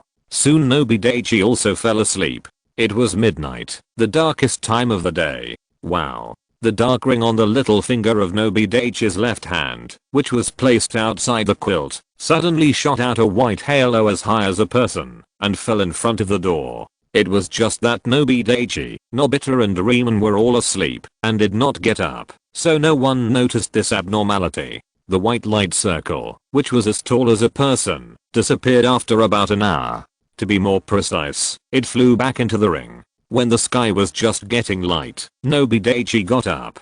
Today was the first day of school, or rather, the first day of 6th grade for him and Nobita. That's right, after more than 10 days, Nobi Daichi successfully entered the 6th grade, and his age also increased by 1 year, 11 years old. Nobita and Nobi Daichi are both 11 years old. After making the bed, eating, and carrying their school bags, Nobita and Nobi Daichi got up and went to school. The air was relatively humid in the morning, and there were not as few pedestrians on the road as imagined. There were still quite a few, and it seemed that most of them were office workers, students, etc. Soon Nobi Daichi and Nobita arrived at the school gate. Through the large clock, located in the center of the school, Nobi Daichi knew that there should be more than 10 minutes before class. It seems that they came at about the same time. When Nobi Daichi and Nobita arrived at the new classroom, the classroom of the 3rd class of the 6th grade, there were already quite a few people in the classroom. When you get older, you have to be divided into different classes. However, Nobi Daichi, Nobita, Shizuka, Fat Tiger and Sunia are still in the same class. Of course, the top student Dekasuji is still indispensable. This made Nobi Daichi secretly surprised. The trajectory of fate is really powerful. Nobi Daichi looked at the people in the classroom. There were fewer familiar people and more unfamiliar faces. Nobi Daichi and Nobita chose a seat by the window, put down their school bags and looked around. Nobi Daichi mainly observed the difference between this classroom and the original classroom. Nobita was observing the classmates in this classroom. When Nobita saw that Shizuka was in the same class with him, Nobi Daichi obviously saw Nobita was relieved. Through Nobi Daichi's observation, it was found that this classroom was not much different from the original classroom. After all, the so-called 6th grade class 3 is on the upper floor of the original 5th grade class 3. In addition, they are all in the same building, so it is normal that the overall style is not too different. Looking out the window, from this position, you can see the gate of the whole school. Ahem, students. After hearing the familiar cough, Nobi Daichi retracted his gaze. Looking at the podium, standing on the podium was the familiar teacher Seiichiro. I'm very happy to see you all. I would like to congratulate all the students for entering the 6th grade. Pa. The more than 40 students below the podium applauded when they heard this. Nobi Daichi also applauded, and Nobita, who was sitting on the right of Nobi Daichi, also applauded, but Nobita's face had a bit of despair. Nobi Daichi looked at this scene and found it quite funny. Nobita sighed in his heart. Why is it Seiichiro again? There are some students in this class that I have taught before. At this point, Seiichiro looked down, and Nobi Daichi saw Seiichiro's eyes sweeping over him, and then stopped when sweeping over Nobita. Ouch. Nobita suddenly screamed, and then the next second Nobita looked at Nobi Daichi with hatred, as if he wanted to eat Nobi Daichi. Nobita looked at Nobita innocently, like a good boy and a good student. Just now, he kicked Nobita under the table with good intentions, to make Nobita sober up, but who would have thought that Nobita could not stand the stimulation and directly shouted loudly, "Now it's okay, right?" After Nobita screamed, other classmates in the class also looked at Nobita. Being stared at by many students, Nobita also felt that something was wrong with his body. He turned his head stiffly and looked around, and found that the classmates in the whole class, whether new or old, were looking at him with a weird look. At the same time, Nobita also noticed that Ichiro on the podium was looking at him sternly. Nobita wailed in his heart, "It's over. This is the first day of the new school, and he has left such a bad impression on his classmates." The old classmates knew about Nobita's temper, but didn't pay much attention to it. After all, they were used to it. The new classmates looked at him in surprise. Fat Tiger and Sunia, who were sitting in the corner at the back door, saw Nobita make a fool of himself again, and couldn't help wanting to laugh. But who can blame the teacher on the podium? Therefore, Fat Tiger and Sunia could only hold back their laughter. If someone paid attention to them at this time, they would find that Fat Tiger and Sunia's faces were red. Nobita. The voice of Neriichiro, who was disappointed with his son, rang throughout the classroom. Even the 6th grade students sitting in the next classroom could vaguely hear some kind of sound. When Neriichiro called him, Nobita instinctively stood up from his seat. Seeing that Nobita was so conscious, Neriichiro didn't waste any more time on this matter. In the new semester, he couldn't leave an impression of being unkind among the students. Thinking of this, Neriichiro immediately changed his expression and continued the above words with a smile to everyone in the classroom. Chapter 187 Arrangement. There are also some students I don't know. Ichenrangailang swept his eyes over some students with unfamiliar faces and continued. But you don't have to worry about anything. I always treat all students equally in learning. Finally, after saying so much, let me say one more thing. I'm your math teacher and class teacher. My name is Chenrangailang. Looking at the twinkling light in the eyes of the students below the podium, Chenrangailang smiled with relief. Okay, that's all. Today I will introduce a new classmate to you, Lilulu. Welcome everyone. Then Chenrangailang, including all the students in the class, looked at the door. Then a tall figure appeared in front of everyone, and then this figure walked to the podium step by step under the gaze of everyone, next to Chenrangailang. Student Lilulu, please introduce yourself to everyone, such as what your hobbies are. When I said this, Chenrangailang consciously left the center of the podium.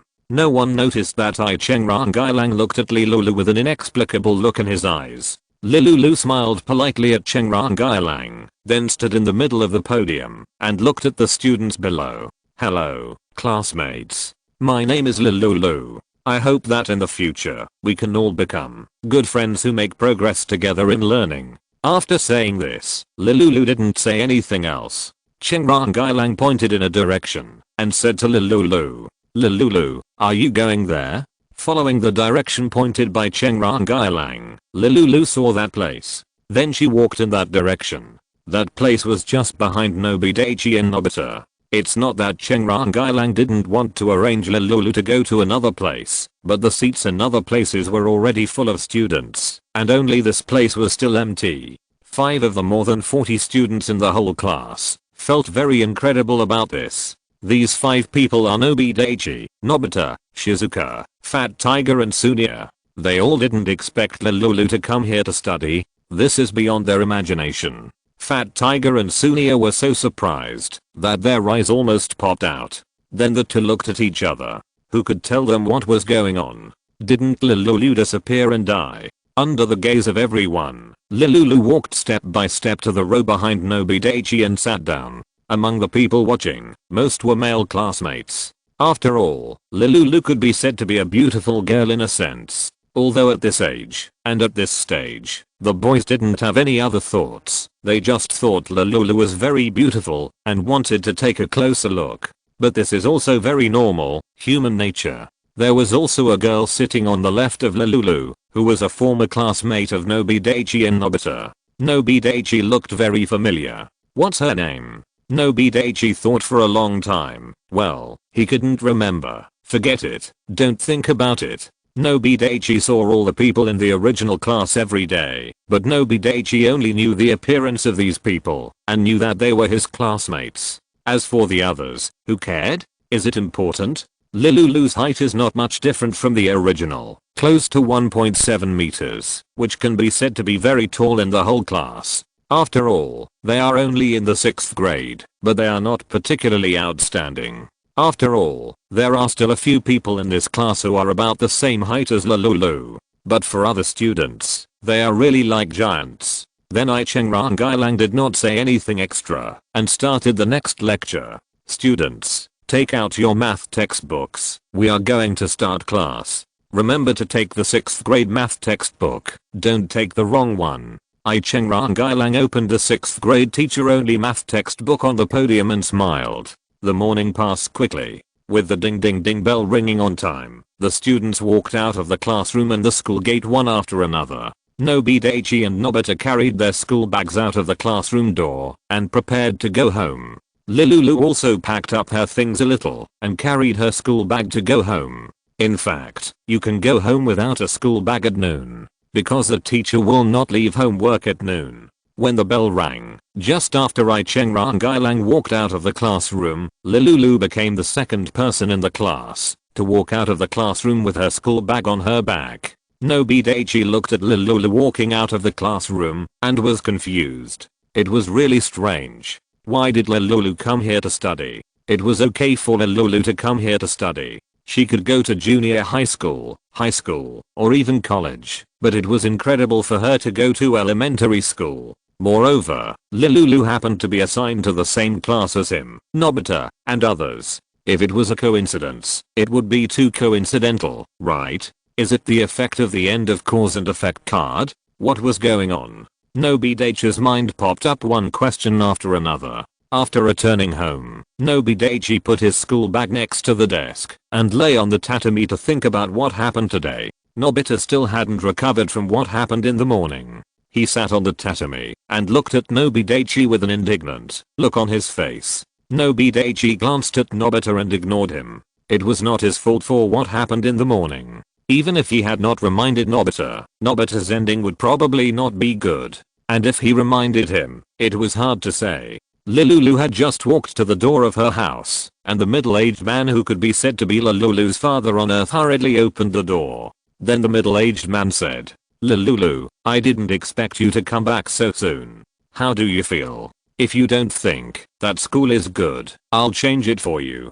If it still doesn't work, all the schools in Tokyo, you can see which one you like. Just pick one at random. How about it?" The middle-aged man followed Lulu and kept talking.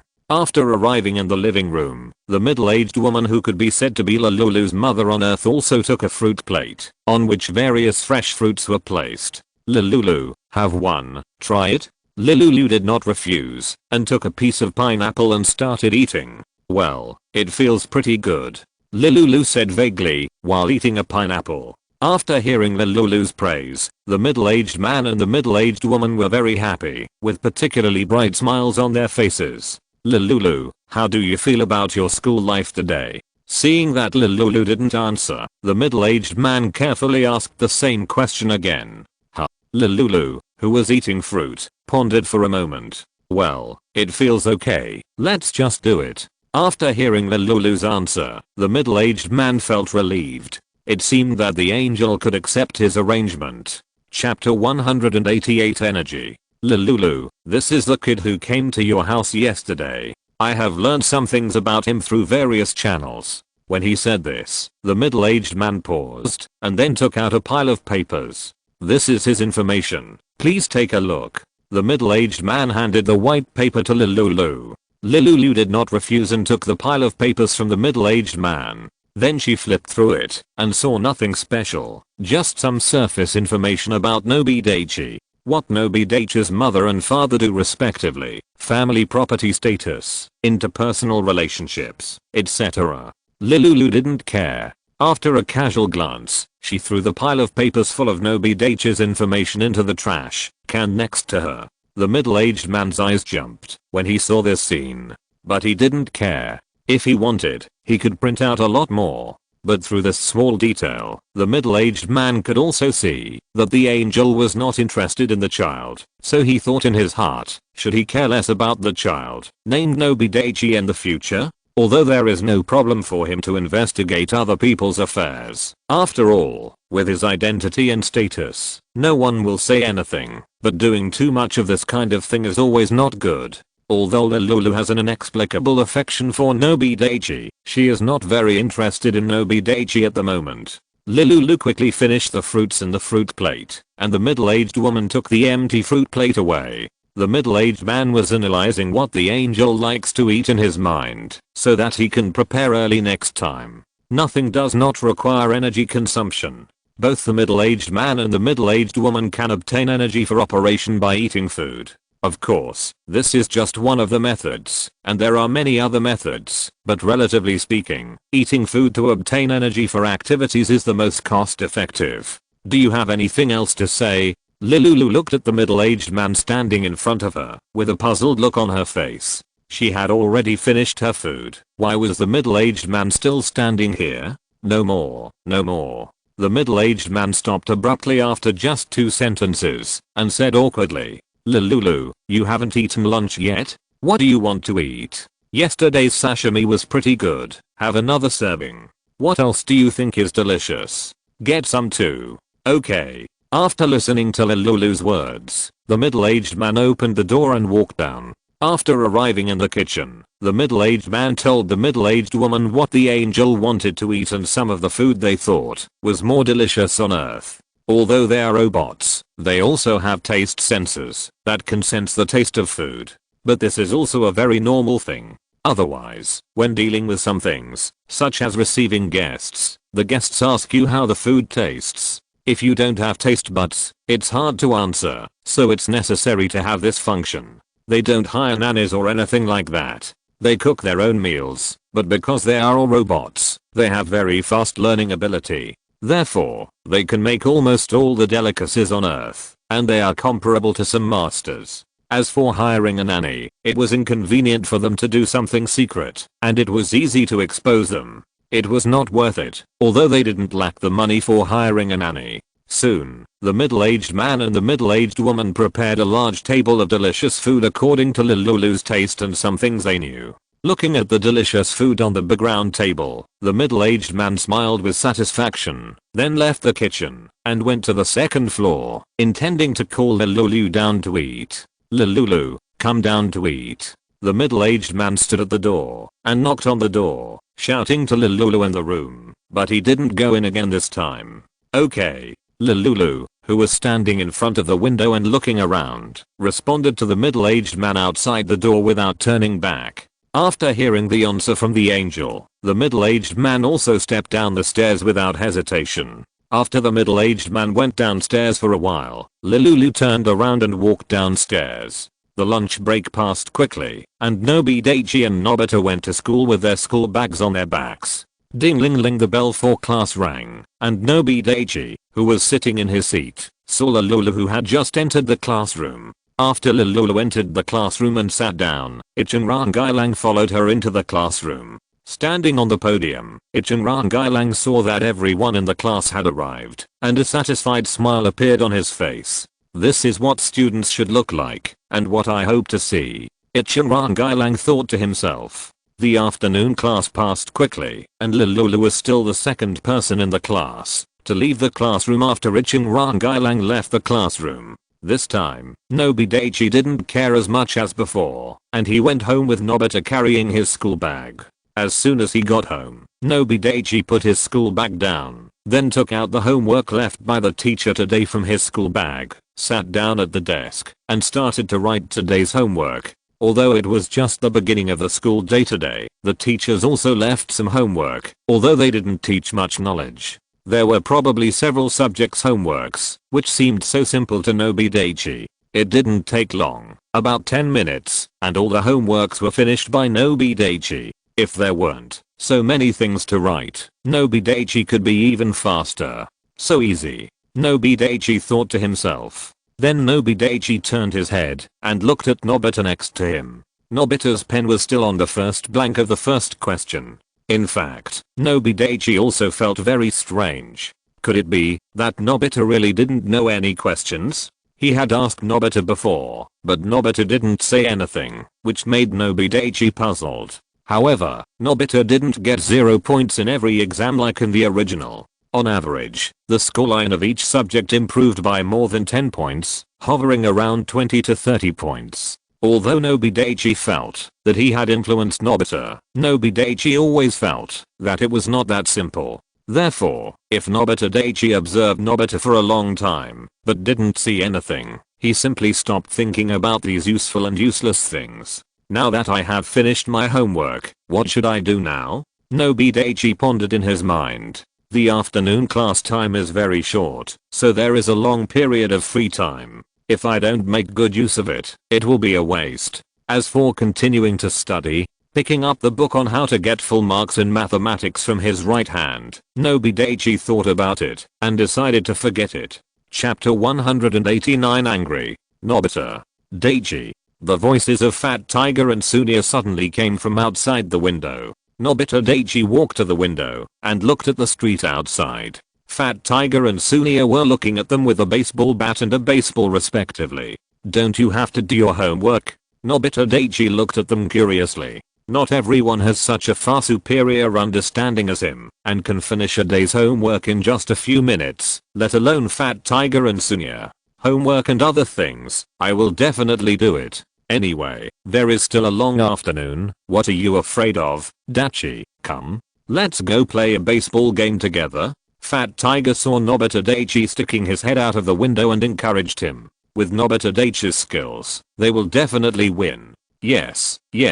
Anyway, there is so much time in the afternoon. Sunya also actively agreed. He and Fat Tiger had the same idea. As long as Nobita Daichi came to participate, they would almost certainly win. There's nothing to do right now. Why don't we go out and have some fun? Just relax? Nobi Daichi thought to himself. He glanced at Nobita next to him. Nobita also heard the voices of Fat Tiger and Sunya, but he just lowered his head and bit the tip of his pen, as if he didn't hear anything. Although Nobita thought he was pretending well, the sweat on his forehead had exposed his true feelings, fear. Nobita didn't want to participate in the so-called baseball game, or he had a natural fear of all sports activities. How could he take the initiative to participate in a baseball game when he couldn't even hide? Daichi, please don't drag me to go. Nobita bit the tip of his pen and thought silently. Nobita Daichi certainly didn't know what Nobita was thinking at this time, but he also knew that Nobita didn't want to participate in the baseball game, so he turned around and walked directly to the door. After seeing Daichi walk out of the door, Nobita breathed a sigh of relief and then lay down on the table directly with an expression of escaping death.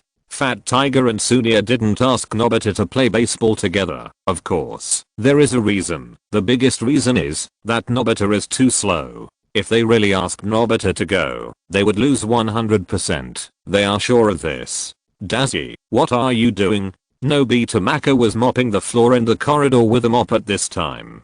When she saw Nobi Daichi coming downstairs, she couldn't help but look up and asked curiously. In her opinion, shouldn't it be time to do homework now? Does Nobi Daichi want to go out and play? When Nobita Mako thought of this, she was very unhappy and even a little angry. She would never allow such a thing to happen. Nobi Daichi was a little confused.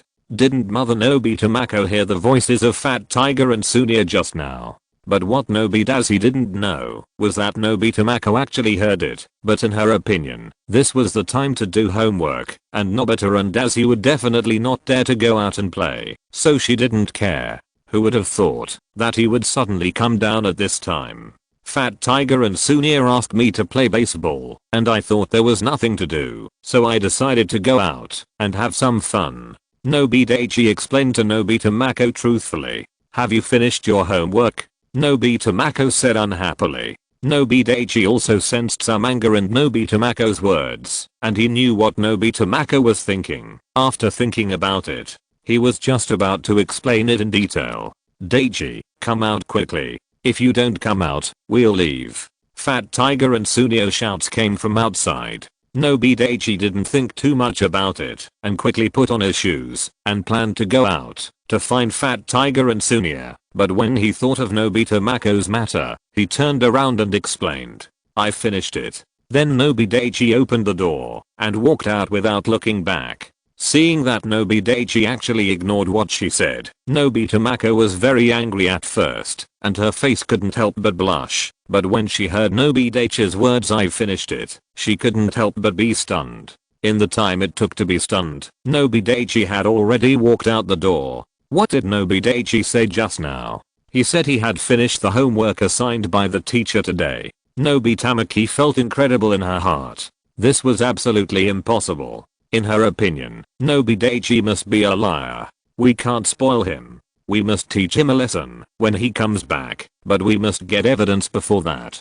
Nobita Mako thought bitterly. In fact, it is possible to teach Nobi Daichi a lesson without evidence, but Nobita Mako wanted her lesson to be more convincing. Thinking of this, Nobita Mako didn't want to continue mopping the floor and threw away the mop in her hand. After the mop fell to the ground, it hit the ground and made some noise. Then Nobita Mako hurried upstairs. As soon as she opened the door, she saw Nobita lying on the tatami reading comics, and on the desk were Nobita and Nobita Daichi's homework. After Nobi Daichi finished his homework, he usually put it back into his school bag to prevent himself from forgetting to bring it to school. But today's situation was a little special. Seeing that Nobita was actually reading a comic, Nobita Mako was even more angry. She walked up to Nobita and snatched the comic from Nobita's hand. Nobita was already scared and stood there when Nobita Tamako entered the door. It was not until Nobita Tamako took the comic book from his hand that Nobita reacted. Nobita! Nobita Tamako shouted angrily. If there were other people in the house at this time, they would probably be able to hear Nobita Tamako shouting because Nobita Tamako's voice was so loud. But at this time, Nobita didn't care how loud his mother Nobita Tamako's voice was. He only knew that he was finished. But when he thought that Daisy had just gone out to play, Nobita couldn't help but gloat in his heart. When he thought of this, Nobita unconsciously smiled. Nobita Tamako also saw Nobita's smile and became even more angry. Great, you can still laugh even in this state. Nobita, who was immersed in his own world, was completely unaware of Nobita's increasingly dangerous gaze. Nobita Tamako looked at Nobita with hatred and did not deal with Nobita immediately. In her opinion, Nobita had not been dealt with for a long time, and he might be itching again. It was afraid that it would take a while to deal with him. So Nobita Tamako decided to deal with Nobita properly after a while, and then Nobita Tamako walked to the side of the desk. Nobita and Daichi's homework are very easy to distinguish, and you can tell from the handwriting. Nobita's handwriting is similar to the Ghost Talk talisman, and Daichi's handwriting can only be considered average at present, but it is much better than Nobita. Nobita Daichi probably relies on his super learning ability. It won't be long before his handwriting will be greatly improved. Nobita Tamako took Nobita Daichi's homework from the desk, opened it and started to read it. She didn't want to read it at first, but in order to better preach to Nobita Daichi, she decided to take a look. If you're listening to this novel on a channel other than Fanfic World, it means they downloaded and uploaded it without effort. We cordially invite you to visit our channel, Mundo Fanfic Novelos. There you'll find the original version of this story and you can explore many other novels of various genres. We're waiting for you to immerse yourself in a world of incredible novels. Chapter 190 Inspection. Although Nobita Tamako's education level is not too high, it is not too low either. She can still understand elementary school math problems. After glancing at all the questions on the first page of Nobi Daichi's homework, Nobita Tamako was surprised to find that Nobi Daichi actually answered all of them correctly. Incredibly, she turned to the second page of the homework again, and glancing at the second page of Nobi Daichi's homework, and it was still all correct. Did Nobi Daichi copy the answers? Such an idea suddenly popped up in Nobita Tamako's mind. You know, this is a 6th grade homework, and Nobi Daichi has just entered the 6th grade. Although the things that teachers teach in the 6th grade will not be too profound and too much, they will not be so simple. Based on Nobita Tamako's previous understanding of Nobi Daichi, he is not so perverted. But after thinking about it, it seems unlikely. Because Nobita Tamako did not find relevant answers in the surrounding areas, and seeing that Daichi was in such a hurry, he must not have had time to hide the answers. And how could Nobita not know that Nobi Daichi had the answers? Would he not copy them? Glancing at Nobita's homework next to him, it was still blank. What's more, the homework assigned by these teachers every day is the questions set by the teachers themselves. No one can have the answers except the teachers. And now there is no homework helper like in Nobi Daichi's previous life, Zio and search questions, etc. You can directly take a photo to search for questions. After reading all the homework written by Nobi Daichi, Nobita Tamako was convinced. The original anger turned into surprise, disbelief, shock and finally numbness. A few minutes later, Nobita Tamako sighed and put Nobi Daichi's homework down again. As for Nobi Daichi's going out to play just now, Nobita Tamako planned not to pursue it for the time being, and wait until the next time they finish the exam to see Nobi Daichi's grades. If his grades are not good at that time, you can use this matter to teach Nobi Daichi a lesson. Thinking of this, Nobita Tamako didn't think too much, and put Nobi Daichi's homework back on the desk. Then he turned his head, and looked at Nobita who was silly next to him. Nobita looked at his mother Nobita Tamako's face on the side. He was angry at first, so he didn't dare to say anything.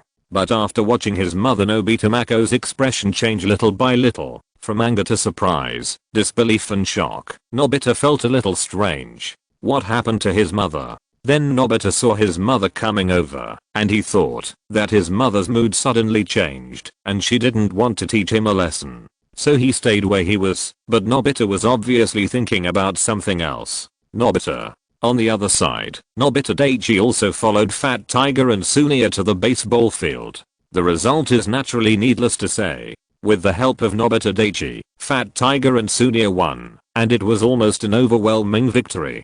Daichi, thank you so much. Walking on the street on the way home, Fat Tiger held a baseball bat in his right hand and put his left hand around Nobita Daichi's shoulder and said with a smile, "Yes, Daichi, you are so awesome." Sunia walked beside Fat Tiger with a baseball and a baseball glove. "It's not that awesome." Nobita Daichi scratched his head and said embarrassed. Although Nobi Daichi is happy to be praised by others like ordinary people, he can't stand such continuous praise.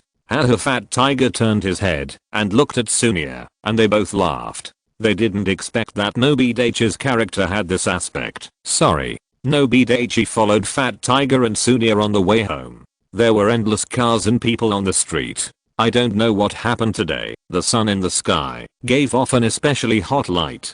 Soon Nobi Daichi separated from Fat Tiger and Sunia at the corner of a street. Fat Tiger and Sunia were on the same road, and Nobi Daichi was on his own. Fat Tiger and Sunia were in the same direction. After separating from Fat Tiger and Sunia, Nobi Daichi turned a few corners and walked a few steps to the door of his house. When Nobi Daichi opened the door, his mother Nobita Mako was no longer in the corridor. But when Nobi Daichi was concentrating, he suddenly heard the sound of dishes colliding in the kitchen. This sound also made Nobi Daichi guess that Mother Nobita Mako should be in the kitchen. Therefore, Nobi Daichi did not care too much, so he took off his shoes and changed into slippers and went to the second floor. But just after Nobi Daichi walked a few steps in the corridor, he saw Mother Nobita Mako in the living room, eating melon seeds, wearing an apron, and watching TV.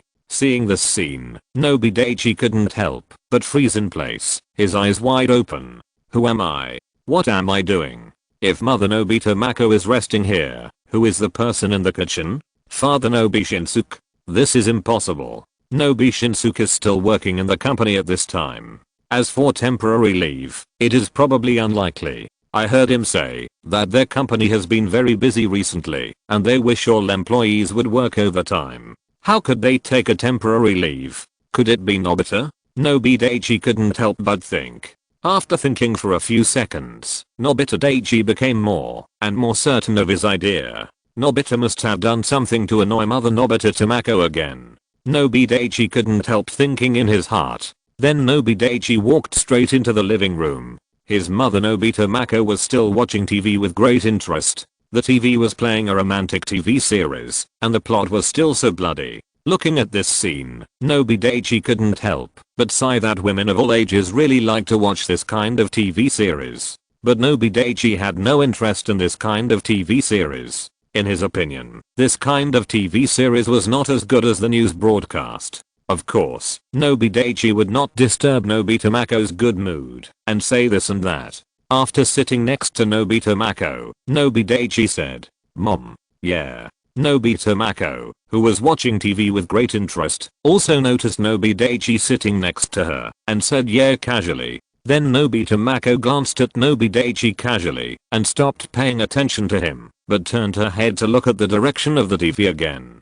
Nobi Daichi looked at this scene and was a little confused. In his opinion, he had not listened to his mother Nobita Mako and ran out to play. Although he said a reason at the end, Nobita Mako might not punish him again. But in his opinion, after he comes back, his mother Nobita Mako will definitely teach him a lesson, right? But the current situation makes him feel a little incredible. His mother Nobita Mako didn't even scold him. Of course, this is not that Nobi Daichi is looking for trouble, but this situation is too weird and makes him worried. "Mom, are you okay? If not, I'll go back to the second floor." Nobi Daichi couldn't help but said something. "Nothing, just go if you have anything to say," Nobita Mako said lightly, facing the direction of the TV. Chapter 191 Question. After getting up, Nobi Daichi was about to go back to the second floor, but he stopped at the door of the living room. Then he turned to Nobita Mako and asked, Mom, is my brother in the kitchen? I heard a little noise coming from the kitchen. Yes, Nobita doesn't study hard and do his homework seriously, but is reading comics. I'm so angry. As soon as Nobita Mako said this, she stopped watching TV and turned her head to yell at Nobi Daichi. Nobi Daichi felt a sense of grievance in his heart. It's Nobita who did something wrong. What does it have to do with me? Why are you yelling at me like this? Nobi Daichi was indignant, but he also knew that he was in the wrong, so he didn't hesitate and ran back to the second floor. Nobi Daichi, who returned to the second floor and sat on the chair, breathed a sigh of relief. The scene just now was really scary. He suspected that if he ran slower, Nobita Mako might pull him and give him a lecture. Luckily I ran fast. Nobi Daichi was relieved. Before Nobi Daichi had sat on the chair for a while, Nobita pushed open the door and walked in with a depressed look on his face. Brother, what's wrong with you? Although Nobi Daichi guessed something, he was still not sure, so he asked. Daichi, you still have the nerve to say it. It's because of you that my mother found out and punished me, Nobita said angrily. At this point, Nobita felt very unhappy. If Nobi Daichi hadn't gone to play with Fat Tiger and Sunya, his mother Nobita Mako might not have come up to find him. If she hadn't come up to find him, his mother Nobita Mako wouldn't have found him reading comics. And if she hadn't found him reading comics, she wouldn't have been angry. And if she hadn't been angry, she wouldn't have punished him to do housework. Nobita became more and more angry as he thought about it, and then sat down hard on the tatami. Nobita Daichi rolled his eyes at Nobita. Since Nobita did not clearly state the reason why he was punished by his mother Nobita Mako to do housework, Nobita Daichi did not know what was going on. However, Nobita Daichi could tell from the dissatisfied expression on Nobita's face that he might have some small reasons for this. Although Nobita was very angry that he was punished because of Nobita Daichi, he had no better way to do it. Moreover, in Nobita's subconscious mind, the fact that he was punished by his mother Nobita Mako was indeed his own fault, but he did not want to admit it. Nobita Daichi looked down at the homework and other books in front of him. After looking at it, there was a little difference from the original position. It seemed that his mother Nobita Mako should have flipped his homework. Thinking of this, Nobita Daichi had some guesses in his heart. Sure enough, children who study well are more popular in any world. Nobita Daichi sighed in his heart, reached out to take the homework on the desk, and then leaned his head under the desk on the left. He picked up the school bag, and then Nobita Daichi stuffed the homework into the school bag. Seeing the mess inside his school bag, Nobi Daichi felt uncomfortable. So he dumped all the things in his school bag back onto the desk and planned to tidy up the school bag. A few minutes later, Nobi Daichi looked at the neatly arranged items in his school bag and felt particularly happy. Nobita, don't you do your homework? Nobi Daichi looked at Nobita, who was lying on the tatami and reading comics again, and felt helpless. Homework or something? Daichi, can't you just let me copy it? After hearing what Nobi Daichi said, Nobita put the comic in his hand on the ground, then stood up and walked to Nobita Daichi and said with a smile. But Nobita Daichi would not spoil Nobita. He said to Nobita directly, "Brother, are you still asleep? Are you still dreaming?" After Nobita awakened, his homework speed became faster, and the accuracy of his homework was greatly improved. In the past, Nobita always wanted to copy his homework, but after being rejected by Nobita Daichi several times, Nobita gave up this unrealistic idea. Unexpectedly, Nobita brought it up again today. Seeing Nobita Daichi's serious expression and joking words, Nobita knew that it was hopeless. TSK. Nobita said disdainfully, but deep in his eyes was a deep envy. Who wants to copy yours? I can do it myself. Then Nobita took the chair next to him and sat next to Nobita Daichi and started to do today's homework. Nobita Daichi stretched his head next to Nobita and saw that Nobita was doing the questions very quickly, and he filled in a blank in almost a second. Nobita used the legendary writing method.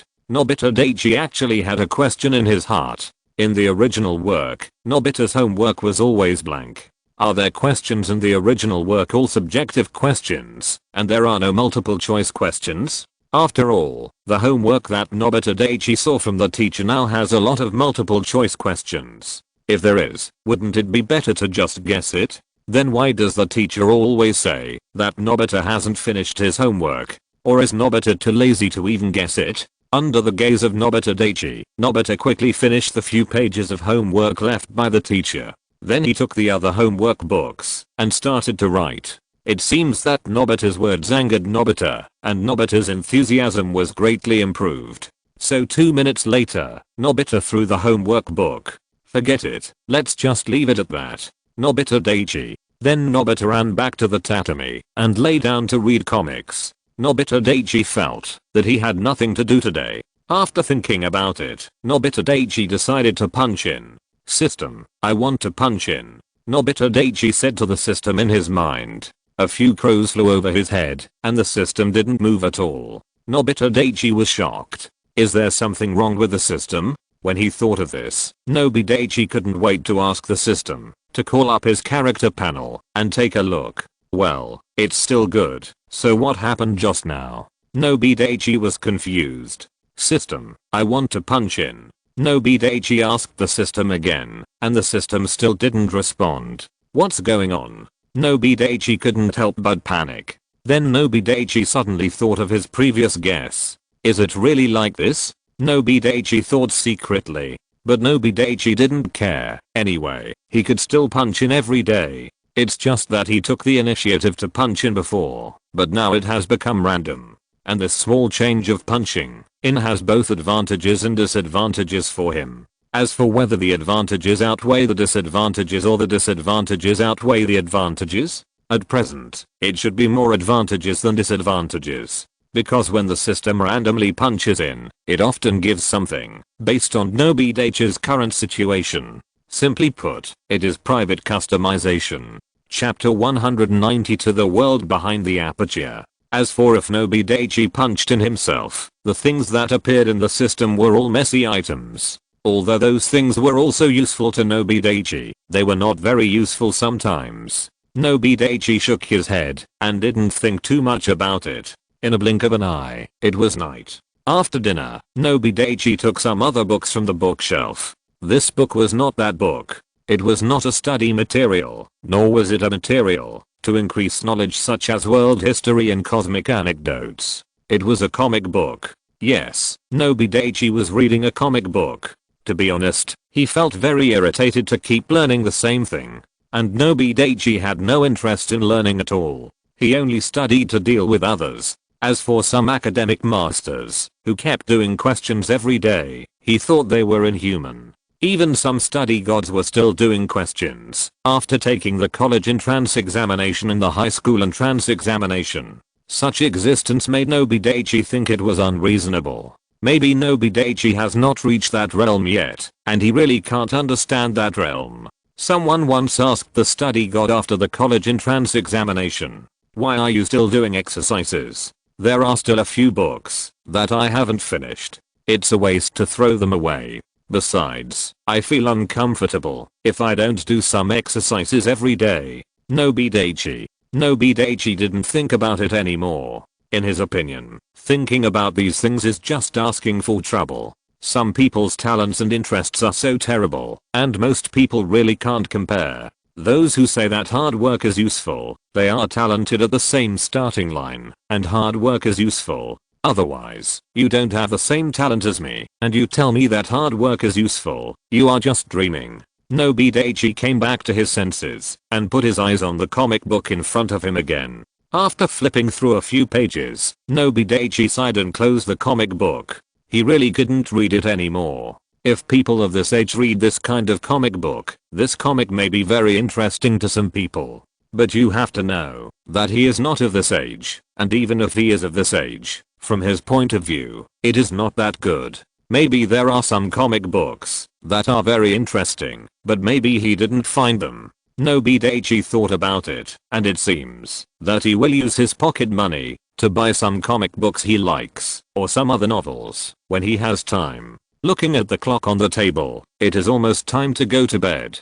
Nobi Daichi put the closed comic book back on the bookshelf, and walked to the closet to take out his bedding and prepare for bed. When Nobi Daichi left the closet with his bedding, Doraemon also flew in from the window wearing a bamboo dragonfly. When Doraemon landed on the ground, he saw Nobi Daichi and Nobita who were preparing to go to bed. Then Doraemon breathed a sigh of relief and patted his belly. "It's okay, it's not too late." "Doraemon, what did you do?" Nobi Daichi asked Doraemon curiously while spreading the bedding.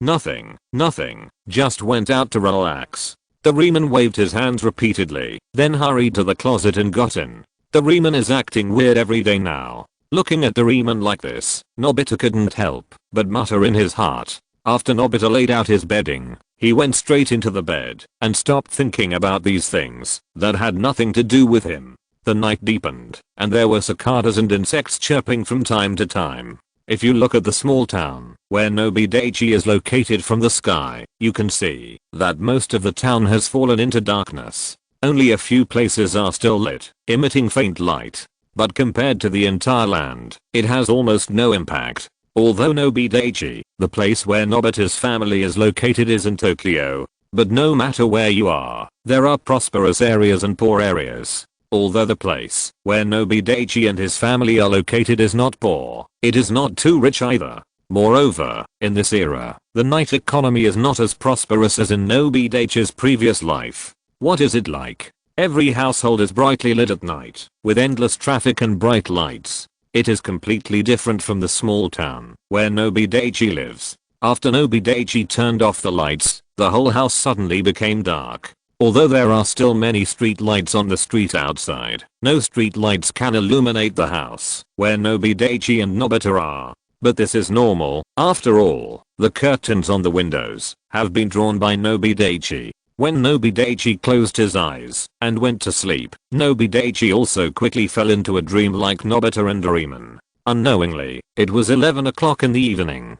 At this time, everything was silent, and the whole world was almost silent. At this moment, the dark ring on Nobi Daichi's left little finger suddenly shot out a circle of light, just like last night, and fell in front of the door. After a while, Nobi Daichi suddenly turned over and woke up with hazy eyes. With blurry eyes, Nobi Daichi instinctively stepped over Nobita and wanted to go downstairs to the toilet. It just so happened that after Nobi Daichi stepped over Nobita, he directly entered the light circle.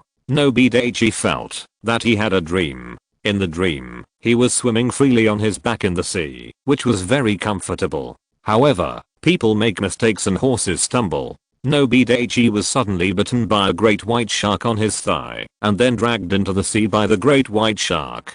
Help! Help!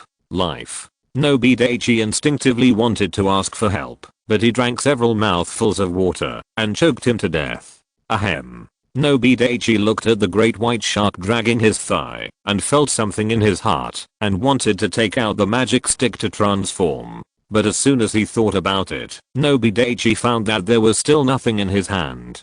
Damn, this is another dream. Nobi Daichi muttered a few words and then woke up from his sleep.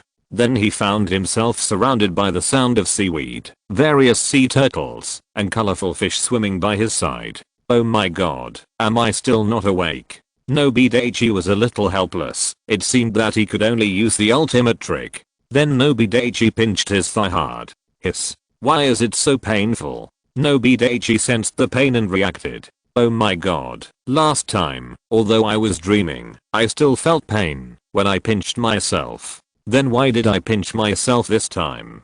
Nobi Daichi thought of what happened last time and felt very strange, thinking that he was smart again. Looking at the surrounding environment, Nobi Daichi muttered, "Is this a dream within a dream?" Nobi Daichi turned around and looked behind him and then found the light circle that allowed him to pass through. What is this thing? Nobi Daichi was shocked. Then he sensed his own situation again and then looked down. He was still wearing the white pajamas. Chapter 193 Sata. With a thought, the magic stick stored in the system space also appeared in Nobi Daichi's hand. This is a sure thing. It seems that he really traveled through time. Unlike the last dream, this is real. Is it this aperture that allowed me to travel through time? Nobi Daichi muttered. Then he took 2 steps forward and tried to enter the aperture. After a moment of blindness, Nobi Daichi found himself back in the room on the 2nd floor. Looking behind him, it was indeed the aperture, but the seawater in that world could not flow into this world through the aperture. Why is Nobi Daichi so sure that it is seawater, not river water, lake water, or stream water? Nonsense. Nobi Daichi has seen a turtle. What other water could it be? But how did this aperture appear? Nobi Daichi wondered in his heart. But the most important thing now is to wait until he finishes using the toilet first. When Nobi Daichi comes back from the toilet, he will feel refreshed. The aperture that allows Nobi Daichi to travel through time is still there. Nobi Daichi looked at the aperture in front of him and pondered in his heart. No, I must check that world clearly. Nobi Daichi's eyes became firm again. The appearance of this aperture was so strange and weird that he couldn't let it go. And in Nobi Daichi's opinion, he could travel to another place through this aperture. So can others in that place also come to this world through this aperture? When Nobi Daichi thought of this, he couldn't help but feel a little scared. He just experienced the Iron Man core and he really couldn't let this matter go. But Nobi Daichi was still a little hesitant. He didn't know when the aperture in front of him appeared. Since it can appear, it will definitely disappear. What if he enters the aperture to explore that world and the aperture suddenly disappears? When he thought of this, Nobi Daichi was really panicked. After all, the world behind the aperture is unknown. Although he has a little understanding of that world through the aperture just now. But if he doesn't check this aperture clearly, Nobi Daichi will definitely not be able to sleep. Who knows if something will come out of this weird light circle when he sleeps. Thinking of this, Nobi Daichi did not hesitate anymore and entered the world full of seawater again in his white pajamas. When Nobi Daichi came to the world behind the light circle again, he carefully observed the surrounding environment. In Nobi Daichi's opinion, this place should not be too deep, otherwise with his current strength, he would not be so safe in the deep sea. Since he did not know the details of this world, Nobi Daichi did not dare to be careless. Thinking of this, a light flashed in Nobi Daichi's right hand, and the magic light stick was taken out of the system space by Nobi Daichi.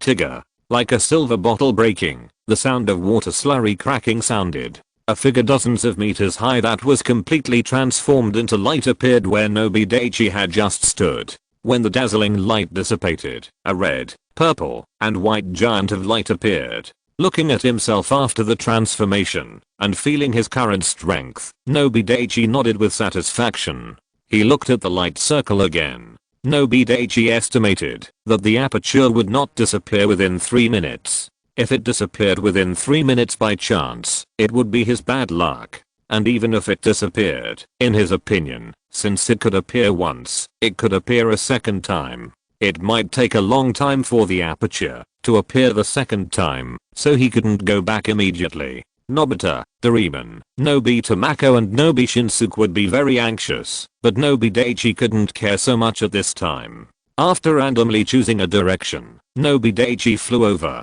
He only had 3 minutes now, so he had to make good use of it. After swimming forward a few steps, Nobi Daichi stopped. He looked up. Since Nobi Daichi transformed into Tigger, his eyesight was greatly enhanced. Of course, the enhancement was limited. At present, he should not be far from the sea surface. After thinking about it, Nobi Daichi decided to go to the sea surface first. Not long after, Nobi Daichi came to the sea surface. Flying in the air several meters above the sea, with Nobi Daichi's current figure, it seemed to others that he was almost standing on water. Looking at the surrounding environment, it was vast and boundless, except for the sea. Nobi Daichi suddenly found that there was a luxury cruise ship thousands of meters away, speeding towards this side. Seeing this situation, Nobi Daichi was shocked. Then he dived to the sea again. This is a huge luxury cruise ship that is hundreds of meters long and dozens of meters high. Almost no one who can sit on it has a simple identity. Sata, one of the princes of a certain kingdom. At this time, he was wearing a purple and gold robe, holding a glass of red wine, leaning on the railing of the luxury cruise ship, and looking into the distance. Suddenly, he seemed to see a figure suddenly emerging from under the water in the distance. Hey, what is that? Sak took a military telescope from his waist. As a military fan, Sata always carries some military related things with him. For example, military telescopes, military radars and even guns. Of course. For people in their circle, it is normal to carry a gun for self-defense. Sato was a little confused about what he had just seen. So he held the wine glass in his left hand and skillfully placed the military telescope in front of his eyes with his right hand. With the help of the military telescope, Sato discovered a huge figure in the distance. Oh my god, what is that? Even with Sato's noble upbringing, he couldn't help but swear, and was very shocked by this matter. The general took down the telescope, and Sato casually threw the high-heeled glass in his left hand to the side. Pop. The high-heeled glass broke directly after it fell to the ground, attracting the attention of the people around him. But Sato didn't have time to care about the strange eyes of the people around him at this time. He wiped his eyes in a hurry, and Sato held the military telescope in both hands and looked into the distance again. This time, because Nobi Daichi had already dived into the sea, Sato couldn't see anything when he looked. Am I dazzled? Sato couldn't help but mutter to himself, and his mind was in a trance. He always felt that he would not make mistakes with his own eyes. At this time, a blonde girl walked behind Sato. Sato, the master is calling you. Sato looked at the distance with a blank face. Although the blonde girl was confused, she still passed the message to Sato. Sato woke up from his trance after hearing what the blonde girl said. Looking at the broken goblet next to him, he said in his heart, "It's broken." He remembered the rules on the luxury cruise ship. However, Sato still walked to the highest point of the luxury cruise ship in an orderly manner. Nobi Daichi, who dived into the sea, breathed a sigh of relief, with a little fear in his heart. Chapter 194 Connection. It's okay, it's okay. He was almost discovered. But what kind of world is this? Is it the same world as before? Nobi Daichi was confused. There was only the sea around him, and he saw nothing except the luxury cruise ship.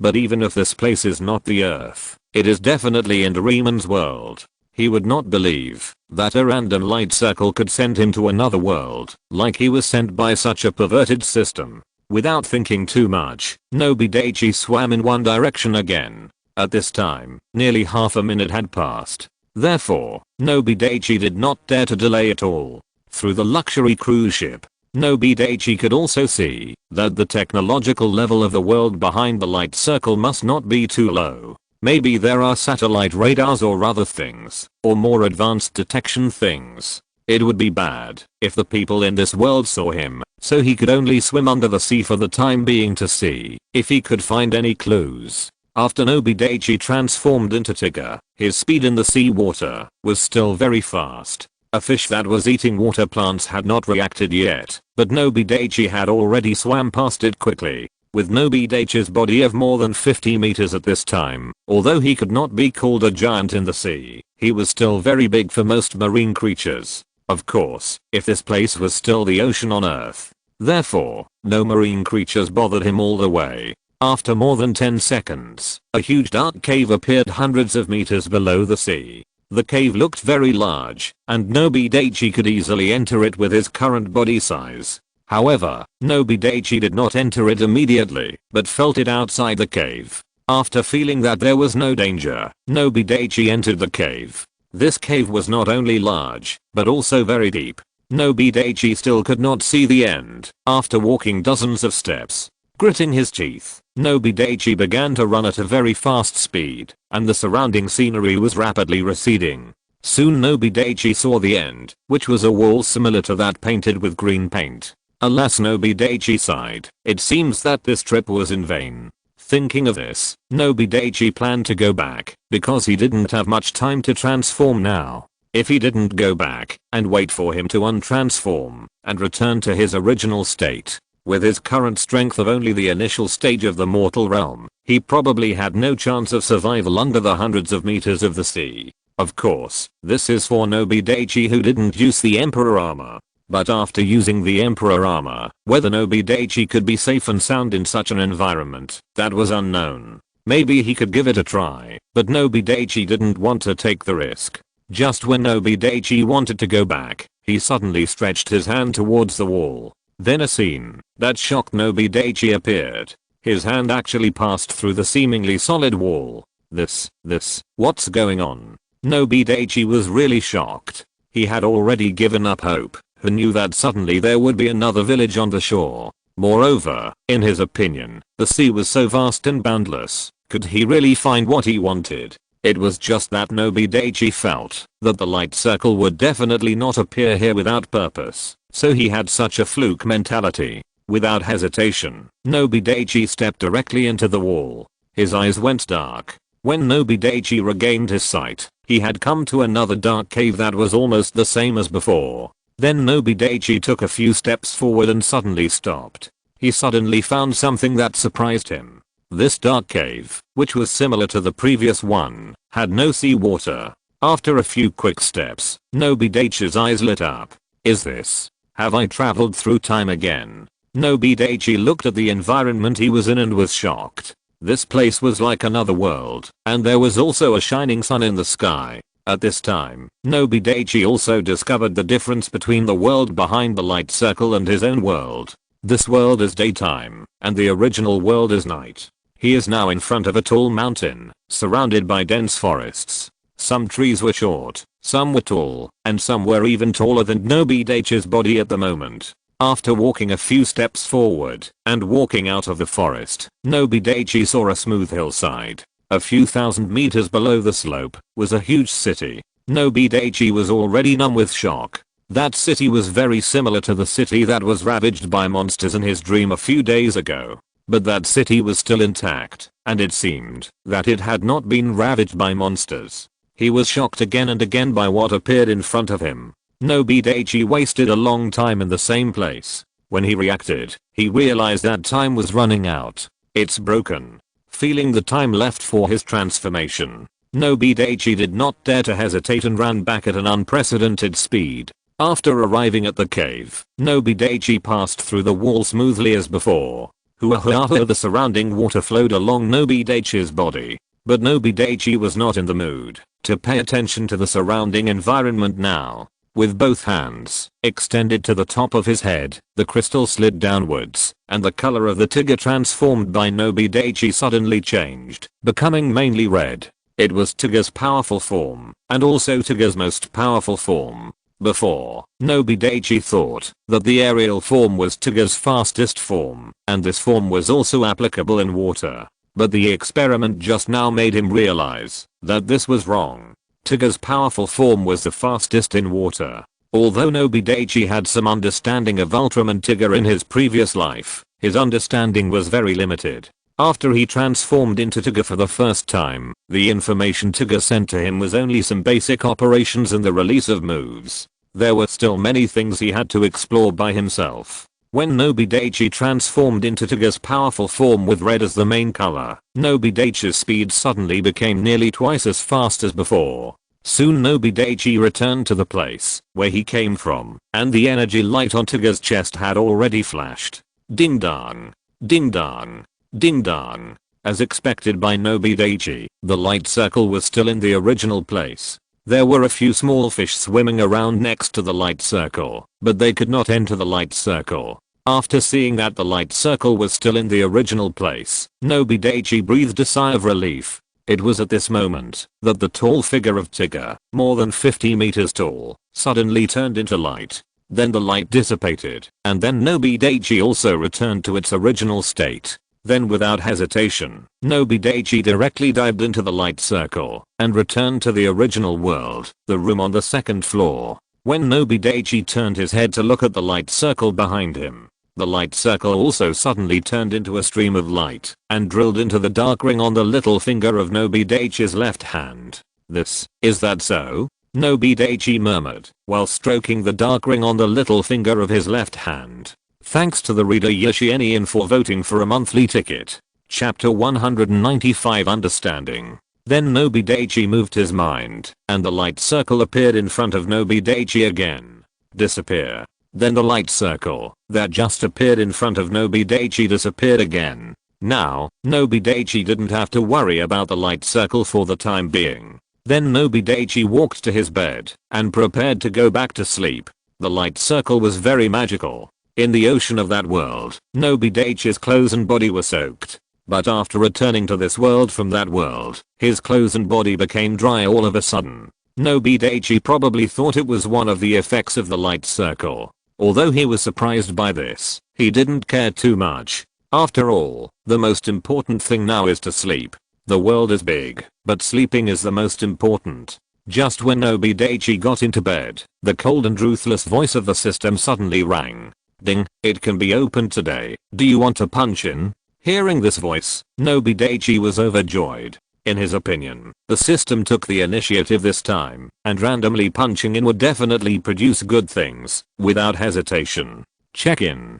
Check-in successfully. Congratulations to the host for obtaining the Universal Adapter. Universal Adapter. It can survive in any environment, and will not feel any discomfort. Looking at the things given by the system today, Nobi Daichi couldn't help but twitch his mouth. This thing is so useless. Many of Doraemon's props that Nobi Daichi knew had the same function as the Universal Adapter obtained by punching in the system today. Perhaps the only advantage is that it is permanent. Unlike Doraemon's adaptive props, which are all limited in time, adaptive props can allow people, or various creatures, to survive in different places. Whether it is space tens of thousands of meters above, or the deep sea tens of thousands of meters below, or the extremely cold places located in the north and south of the earth. As for the sun, Nobi Daichi thought about it, and was a little unsure whether it could survive in such a thing. Although Doraemon's props can make people adapt to many environments, it seems that they have never tried it in the sun. As for the Universal Adapter, obtained by punching in the system, it should be able to survive in the sun. After all, the system will never cheat him on such things. But even if he could, Nobi Daichi didn't want to go inside the sun to take a look. Although Nobi Daichi was very curious about what creatures were inside the sun. But when he thought about going to such a terrifying place, he would be afraid and shudder. After all, compared to the huge sun, he was probably not even a speck of dust. The sun was terrifying in terms of both volume and mass. Then Nobi Daichi found that his whole body seemed to have undergone a change, but he felt that nothing had changed. Is the system going to do something weird again? Nobi Daichi thought of his second experience in the zombie world and couldn't help but doubt it in his heart, because he hardly felt any changes in himself. Forget it, don't think about it. This system won't make any mistakes in such a place, right?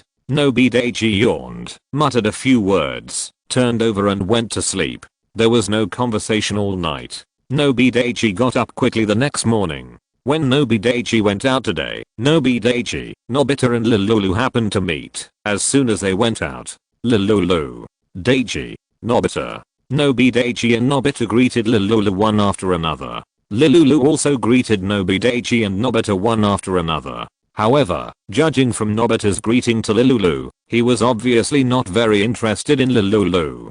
Doesn't this guy like beautiful girls? Why doesn't he seem to be so interested in Lululu? Nobita Daichi was very confused. Although he was very happy to see this situation, he couldn't help but feel a little confused. But Nobita Daichi didn't know. Due to his appearance, some changes he made, the deviation of the plot, and the influence of various comprehensive factors. Not only did Nobita not develop feelings of liking Lululu, but on the contrary, Nobita was still a little afraid of Lululu. Although Lululu looked very beautiful and personal was also very good.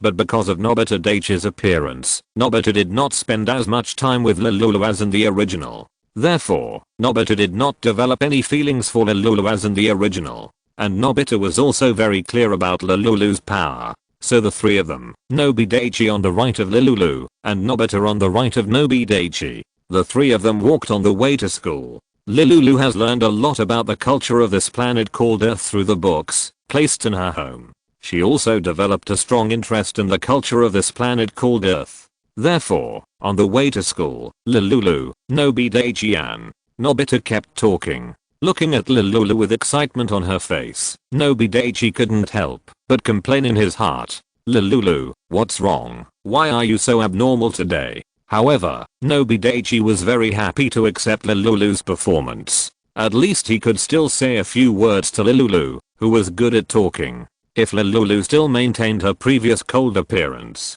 he would have no choice. After arriving at school, the class bell rang with ding ding ding. Ichiro also walked into the classroom. Today I have a message for you. After looking at everyone in the classroom again, Ichiro continued. This week, the school will hold a school level math competition. Oh my god, we are only in the 6th grade? Math, haha, it only takes a second. No way, no way, no one really thinks it's hard to get the first place in this competition? After hearing what teacher Ichiro said, the whole classroom suddenly became noisy. Some were surprised, some were disdainful, and some were worried.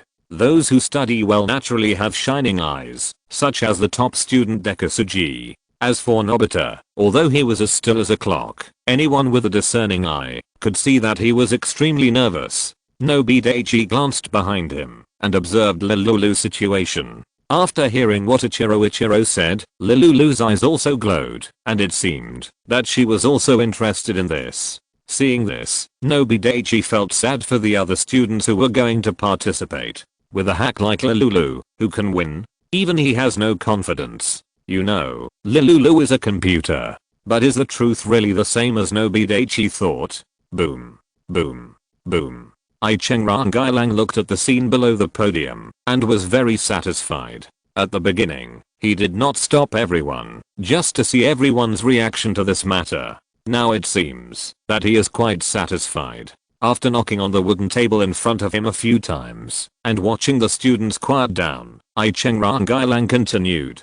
Thank you to the reader Pika CG for voting for a monthly ticket. Chapter 196 test. So does anyone want to participate? After Ichiro finished speaking, the students who were good at studying or thought they were good at studying raised their right hands. Looking at the students who raised their hands and participated enthusiastically, Ichiro continued. I'm very happy that everyone wants to participate in this activity, but Ichiro paused. All the students were stunned after hearing what teacher Ichiro said. Nobi Daichi looked at this sudden turn and had a guess in his mind. But not everyone can participate. Only 5 students from each class can participate. The participating students are 5th and 6th graders, so we have to select 5 people from all the students in this class. So I set up a math test. Only the top 5 students in this test can participate in the school level competition. Hearing these words, some students who were not good at studying but wanted to participate were discouraged at once.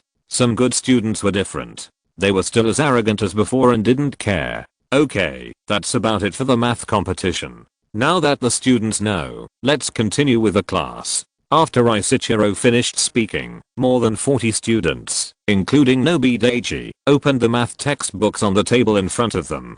The whole classroom was filled with the sound of flipping books. Ding-ling-ling, the bell for the end of get out of class rang.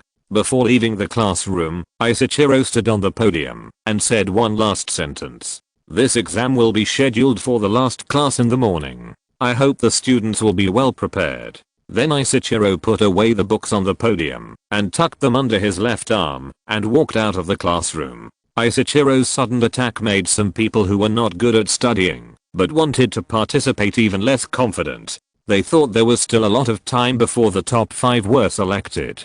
But it was this morning, so there was no time to prepare. For a while, these people couldn't help but feel dejected. After class, Fat Tiger and Sunia walked to the desks of Nobi Daichi and Nobita. Nobita, are you ready to participate? Sunia asked Nobi Daichi and Nobita excitedly. Of course, he was mainly asking Nobi Daichi. After all, Nobi Daichi and Nobita's academic performance is there, and you can see the huge gap between the two at a glance. After Nobi Daichi awakened, his overall academic performance jumped to the top 5 in the entire class. Although this is only Nobi Daichi's performance before the class division, but a glimpse of Nobi Daichi's performance can also know Nobi Daichi's performance. I believe that, if Nobi Daichi wants to participate, he will definitely be selected into the top 5 in the class. It's just that, whether he can get the first place among all people is unknown. After all, there will never be a shortage of geniuses. Nobi Daichi has never considered himself a genius. What's more, he didn't work very hard in his studies. Maybe I will participate. Nobi Daichi was not sure whether he would participate, so he said ambiguously now. The most important thing is in this class. Because of the reorganization and division of classes, he didn't know what other people's academic performance was like. but I think it won't be much worse than the previous class. Therefore, with his grades, he should be able to rank in the top 10 in his current class. But that was before. After Nobi Daichi intensively learned all the knowledge of mathematics and integrated it, he dared to guarantee that he could rank in the top 5 in the class. Of course, this is all based on the comprehensive results of learning. But the math competition must only test mathematics. His math grades were not the best in the class before, but now, if it only tests all the knowledge points of elementary school, I dare not say that I will get full marks, but at least 99.99 is still acceptable. The 0.01 less is because I'm afraid of being proud. But when I think about math competitions, once it involves competition, Nobi Daichi thought of the mathematical Olympiad he had heard of in his previous life. It must not only include elementary school math problems, but also junior high school knowledge. And the junior high school knowledge included is not only a lot, but also difficult. Otherwise, it is really unworthy of the word competition.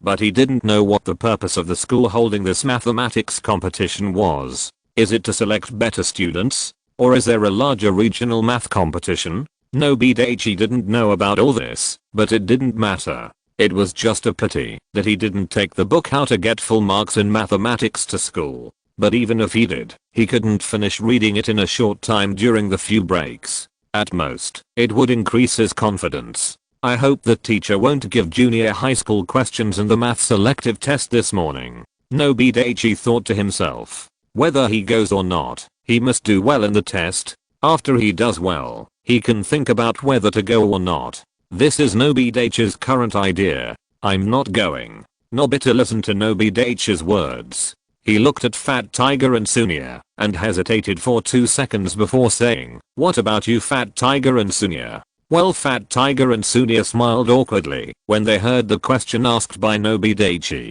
Fat Tiger quietly approached Nobi Daichi and Nobita and said. Sunya also followed. Dazi, what you said? Don't you understand us? This kind of competition is more difficult than punishing us to run 20 laps around the playground. Don't you think so, Zaofu? Yes. Sunya, who was in a daze, laughed awkwardly at Fat Tiger after hearing his words. Fat Tiger was so excited that he didn't care that Sunya was distracted and didn't hear what he said. Sunya's grades. Nobi Daichi knew a little about it from the original work, and he also knew a little about it in reality. In fact, Sunya's grades were not too bad, and could even be considered top-notch. It's just that in the original work, they were overshadowed by the powerful strength of the top student Dekisuji and the excellent student Shizuka. So I'm afraid many people have some doubts about Sunya's grades. Take Nobi Daichi's current understanding of Sunya's grades. Among the more than 40 classmates in the class, Sunya can also rank in the top 15.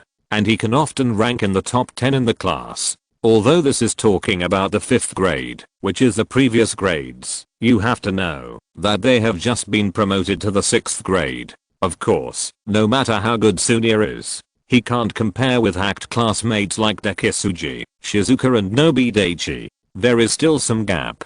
As for Fat Tiger, he was only in the middle of the class, ranked in the 20th or 30th place, and as for Nobita, it was even more useless. Will you attend? Nobita suddenly asked. Hearing Nobita's silly question, Fat Tiger and Sunya beside him looked at Nobita like a fool. Nobita, the question you asked is really... As if he couldn't hold back what he wanted to say next. Fat Tiger didn't have so many scruples and continued. If you're listening to this novel on a channel other than Fanfic World, it means they downloaded and uploaded it without effort. We cordially invite you to visit our channel, Mundo Fanfic Novelos. There you'll find the original version of this story and you can explore many other novels of various genres. We're waiting for you to immerse yourself in a world of incredible novels. Chapter 197 Solution. Nobita, you are talking nonsense. How could we not participate? Everyone has to take the test, but we don't know whether we can be selected to participate in the school level math competition.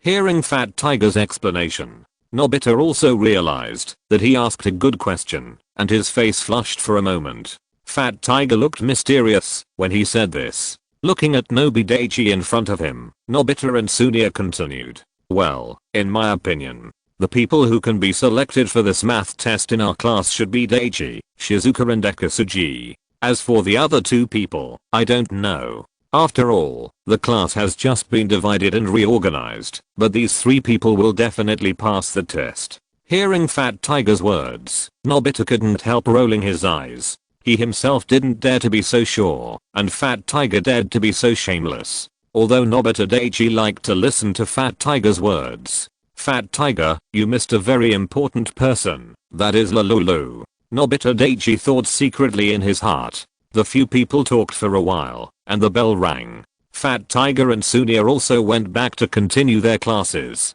Soon it was the last class of the morning. Ahem. Classmates, the test time starts now. Clean up your desks, and put all the related books back in the drawers. Don't ever think of cheating, and even if you can cheat now, can you cheat during the exam? I'm warning you, if you are caught cheating in a math competition, the school will have very severe punishments. When he said this, Gailang's already serious expression became even more serious. The class was silent for a while, and you could hear a pin drop. At this time, Gailang did not judge people by their usual grades. Because in his opinion, some people may perform exceptionally well in this test, and the efforts of some people cannot be ignored. If the school's math competition this time uses their promotion test scores to select people, it is really unfair. Thinking of this, Gailang glanced at the transcript in his hand. Although it is said that people with stable academic performance and good academic performance are good, but in my Gailang's opinion, in such math competitions, the best are those who can perform exceptionally well. Under the watchful eyes of Neriichiro, everyone cleaned up their desks, leaving only a piece of draft paper and a pen. After seeing that all the students had cleaned up their desks, Neriichiro distributed the math test papers he had made to everyone one by one. Nobi Daichi took the math test paper from Neriichiro and took a look at it. He glanced at it from beginning to end.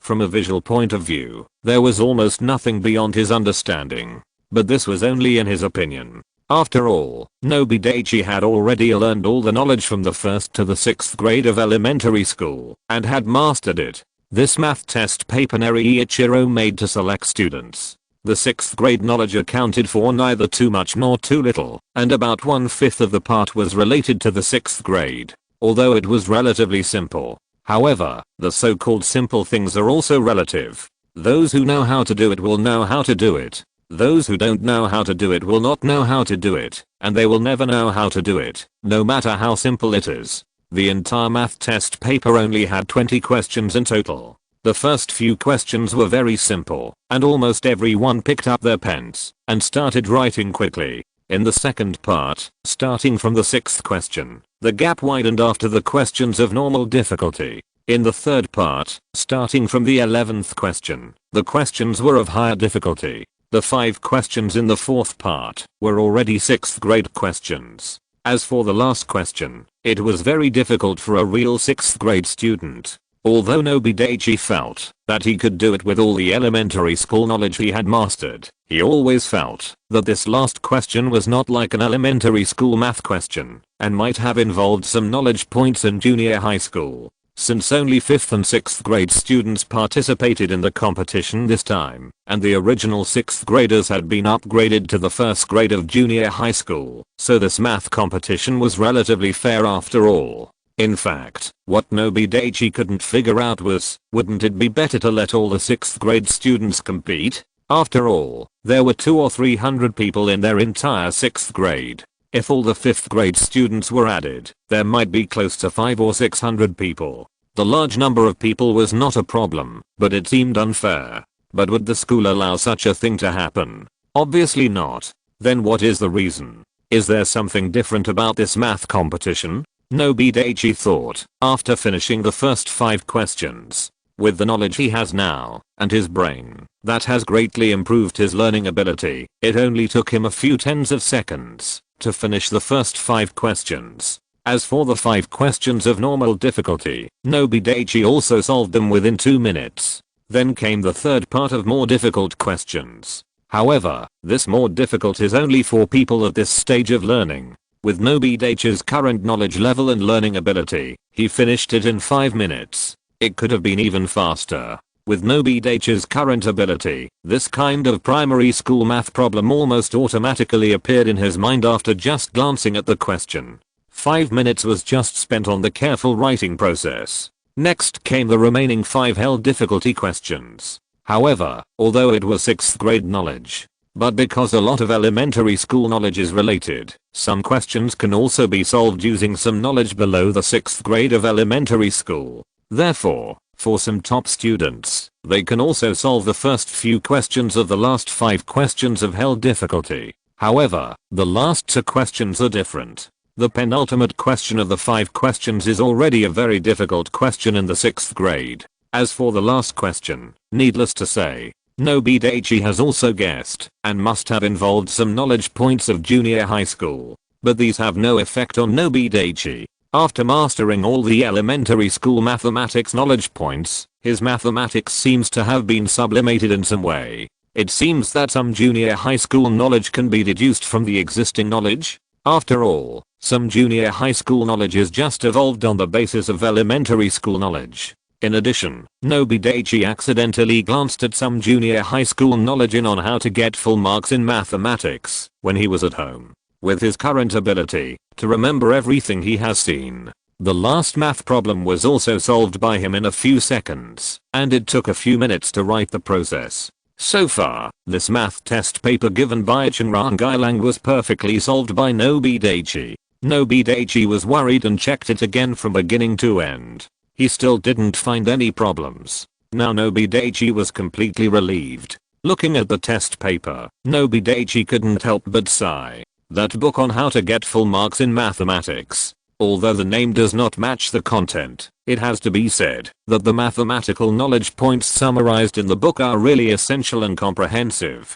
Chapter 198 Inspection. A class lasts 45 minutes in total. When Nobi Daichi finished writing the test paper handed out by teacher Ichiro, there were still more than 30 minutes left. It took Nobi Daichi only 10 minutes to finish all the questions on the test paper. Since Ichiro was standing on the podium, he could see all the situations of the entire class at a glance. Therefore, Nobi Daichi did not dare to look up, left, right, front and back to observe the performance of others. He could only lower his head and look at the test paper he had finished. After handing out the test paper in his hand, Ichiro returned to the podium. Looking at the students who were all lowering their heads and writing the test papers in their hands, Ichiro showed a satisfied smile. When observing the more than 40 students in the class, his eyes lingered on several key students. Nearly 10 students were those who he thought might be able to be selected into the top 5 of the class this time.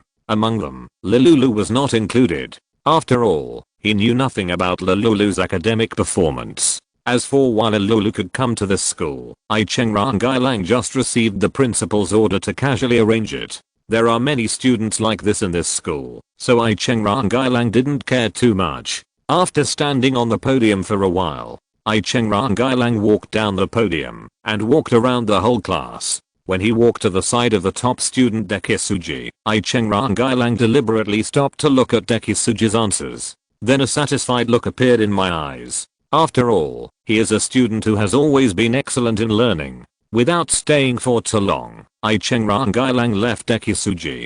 Dekisuji didn't care about the arrival of teacher Gailang, and he still wrote his test paper slowly. Unlike some students, who are not mentally stable, once the teacher stands next to him, his mood will be seriously affected, and he will not be able to write. This situation will never happen to the top student Dekisuji. Gailang then walked to the side of Shizuka and looked at the test paper Shizuka had done. Although it is not as good as Dekisuji, it is still very good.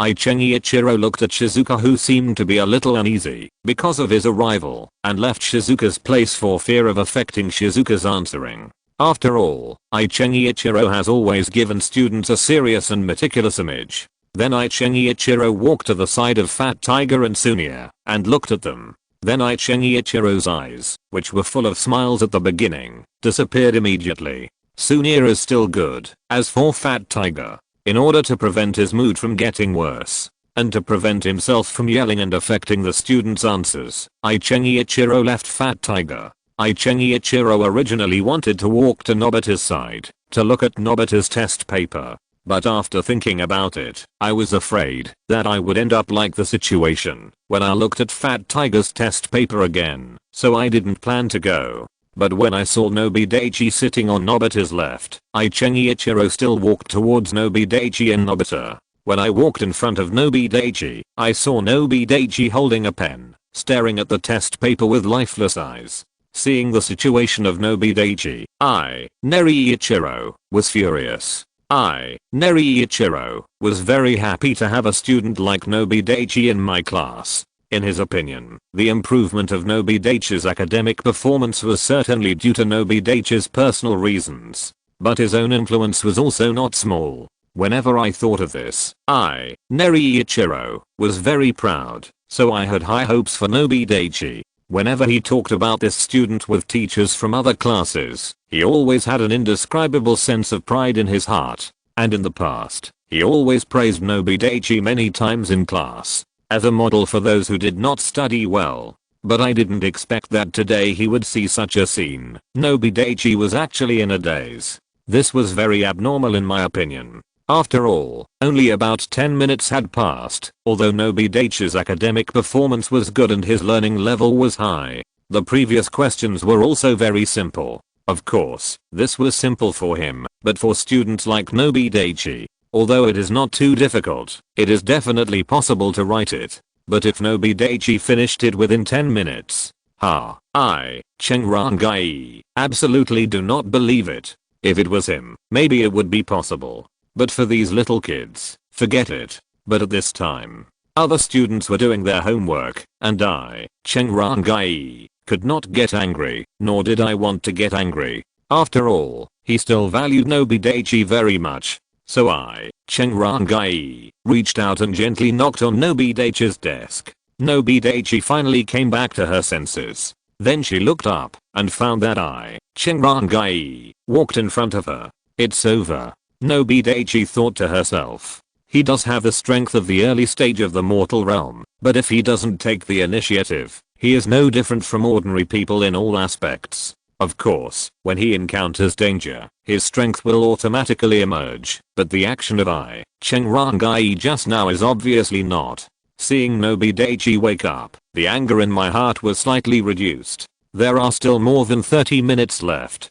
As long as Nobi Daichi keeps working, he will definitely be able to do it at his level. With this in mind, Ichiro planned to leave Nobi Daichi and continue to look at what other students have done. But when I looked down and glanced casually, Ichiro found that Nobi Daichi's test paper was densely packed with words. This surprised him. Then, in Nobi Daichi's astonished eyes, Ichiro took Nobi Daichi's paper and started to read it. From the first to the fifth question, Ichiro glanced at it, and the answers were all correct. Ichiro also glanced at the next 5 questions and the answers were also correct. For these, Ichiro could still accept them. After all, these questions were relatively simple. But when Ichiro saw the questions that Nobi Daichi had done in the third part, his facial expression also showed some surprise.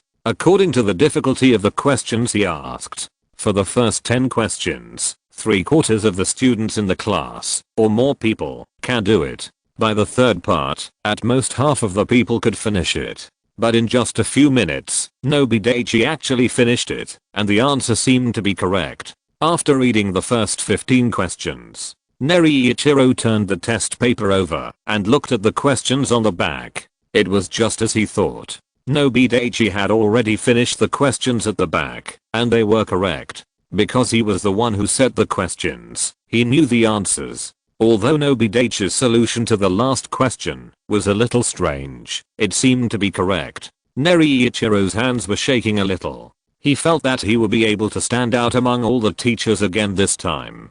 Chapter 199 Jewelry. All the questions that Nobi Daichi had done. After Ichiro took a quick look, I found that the answers were all correct. As for the process, from the experience of Ichiro in marking Nobi Daichi's papers before, There is a high probability that there will be no mistakes, or the mistakes will not be big. However, although Neriichiro was very happy in his heart, his fingers were trembling slightly. But there was no expression of happiness on his face, but a warning look at Nobi Daichi in a calm manner. After putting the test paper back in front of Nobi Daichi, Neriichiro walked back to the podium with his hands behind his back. After looking at Nobi Daichi's test paper, Neriichiro no longer had the intention to look at other people's test papers. He just hoped that the get out of class would end quickly, and then he would quickly mark Nobi Daichi's test paper. Nobi Daichi looked at Neriichiro and took his own test paper.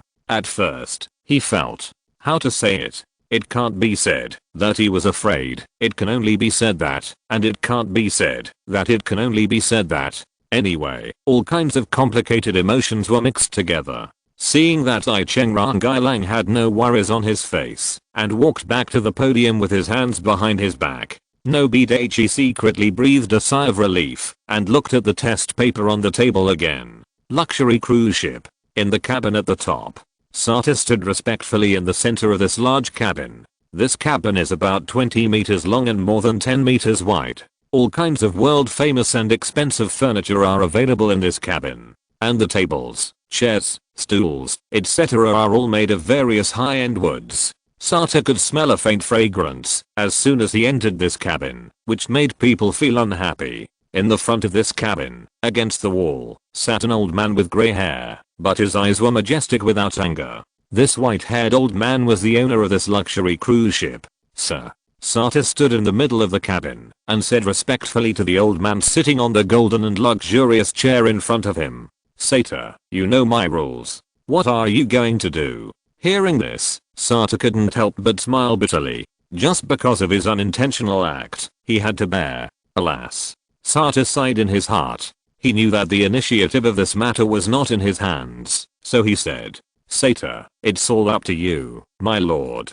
Hearing Sata's words, the old man who was very serious at the beginning on the golden luxurious chair relaxed a little. He would never allow his rules to be broken. But how should he be punished? Tapping the armrest of the chair, Mocha thought in his heart. Suddenly he thought of something and asked, you said your name is Sata, then who is your father? My father is. Although Sata didn't know what the mysterious old man in front of him was thinking, and what was the meaning of asking him about his father's name, he still replied respectfully. Is that so? Mocha said meaningfully. Seeing Sata's good eyesight and some other factors, Mocha didn't plan to punish him too much. Well, I heard that your father gave you a jewel as a reward. Just give me the jewel. Hearing this, Sata's originally uneasy mood suddenly relaxed. In his previous opinion, Lord Mocha might punish him in some way. He didn't expect that he would only ask for a unimportant jewel awarded by his father. Although his father always told him that this jewel was very important and must be kept well. However, in his opinion, this jewel was no different from other jewels. If it was sold, it might not even sell for a few million. Now giving this useless jewel to this lord can absolve him of his sin just now. It's really great. Okay, sir. After the ship docks this time, I will send you what you want. Hearing Sata's words, Mocha nodded calmly. Then you can go out, Mocha said directly without a trace of politeness. Sata didn't dare to be dissatisfied with Mocha's unceremonious attitude. Then without hesitation, Mocha turned around, opened the cabin door, and walked out of the cabin. The room was extremely empty. After Sata left, only the white-haired old man Mocha was left. Seeing Sata walk out of the cabin and close the cabin, a gleam of light flashed in Mocha's eyes. As long as we get that thing. I don't know how long it took. The luxury cruise ship stopped at a huge port. The port can be said to be crowded with people. There are no goods next to the port, only people. From this, it can be seen that this port is specially designed for people. There is no cruise ship next to this luxury cruise ship, except this luxury cruise ship. Therefore, the entire large port looks empty. It seems that this port is specially designed for this luxury cruise ship. There are already many troops on the port. There are troops from almost every country. After the luxury cruise ship stopped, Sata followed the others on the cruise ship and stepped down the iron ladder directly. Then Sata walked quickly to a group of troops. This army is not the smallest among all the armies on the site, but it is not the largest either. Well, it's probably the one in the middle. Sato walked quickly to the leader and stopped. Did you get the stuff? The middle-aged man in the uniform saluted respectfully when he saw Sato. Then he took a palm-sized box from a soldier behind him. Then the middle-aged man in the uniform handed the box to Sato.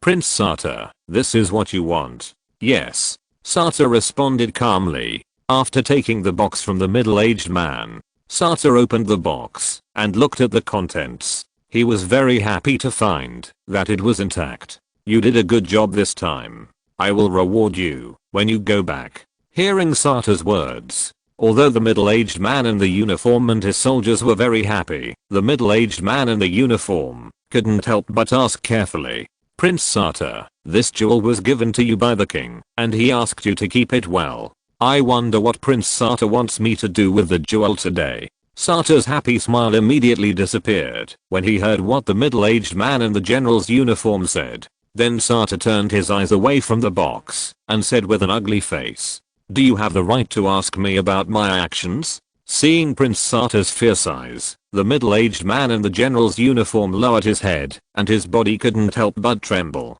I dare not. I dare not. The middle-aged man in the general's uniform knew how fierce Prince Sato was. Don't look at Prince Sato's polite and harmless appearance. But living in such a royal clan, it is absolutely impossible to survive to this day without any means.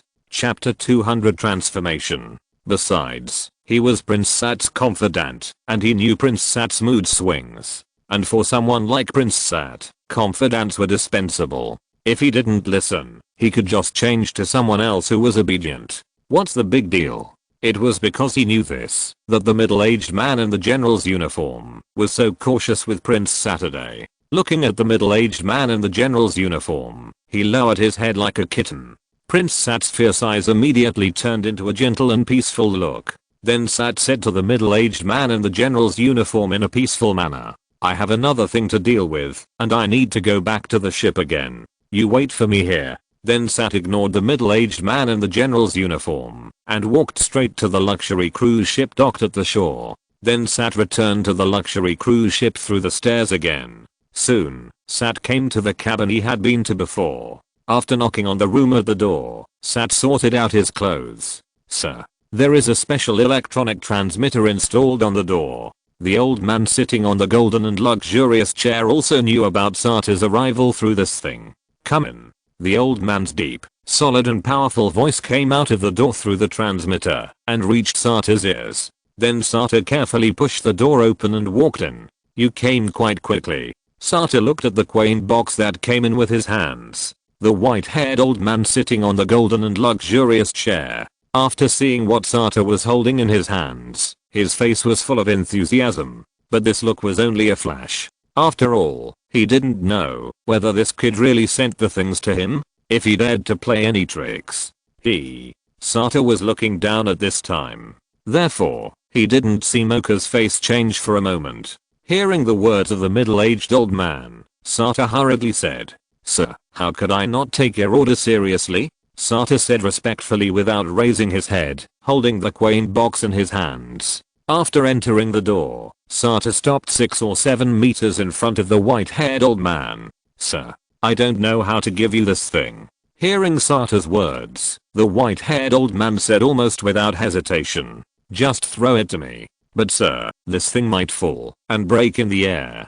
Sata said a little worriedly. That's true. Mocha said this, but sneered in his heart. A bunch of ignorant things. If it is really that thing, how could it be broken? Besides, Mocha sneered in his heart, disdainful of these ignorant people. He walked down from the golden and luxurious chair with an expressionless face. Then he walked in front of Sata step by step and took the quaint box from Sata's hand. Then he walked back to the golden and luxurious chair again. Seeing the white-haired old man walking in front of him without any scruples, he didn't worry about whether he had any malicious intentions. Sata was surprised and lowered his head even more. It's alright now, you can go. After sitting back on the golden luxurious chair, Mocha said drive people away. Although Mocha's words were drive people away, Sata felt relieved when he heard this. After a final salute, Sata hurriedly opened the door and walked out. The old man with the vicissitudes of life sat on the golden luxurious chair. After seeing Sata walk out of the cabin, he focused on the box in his hand.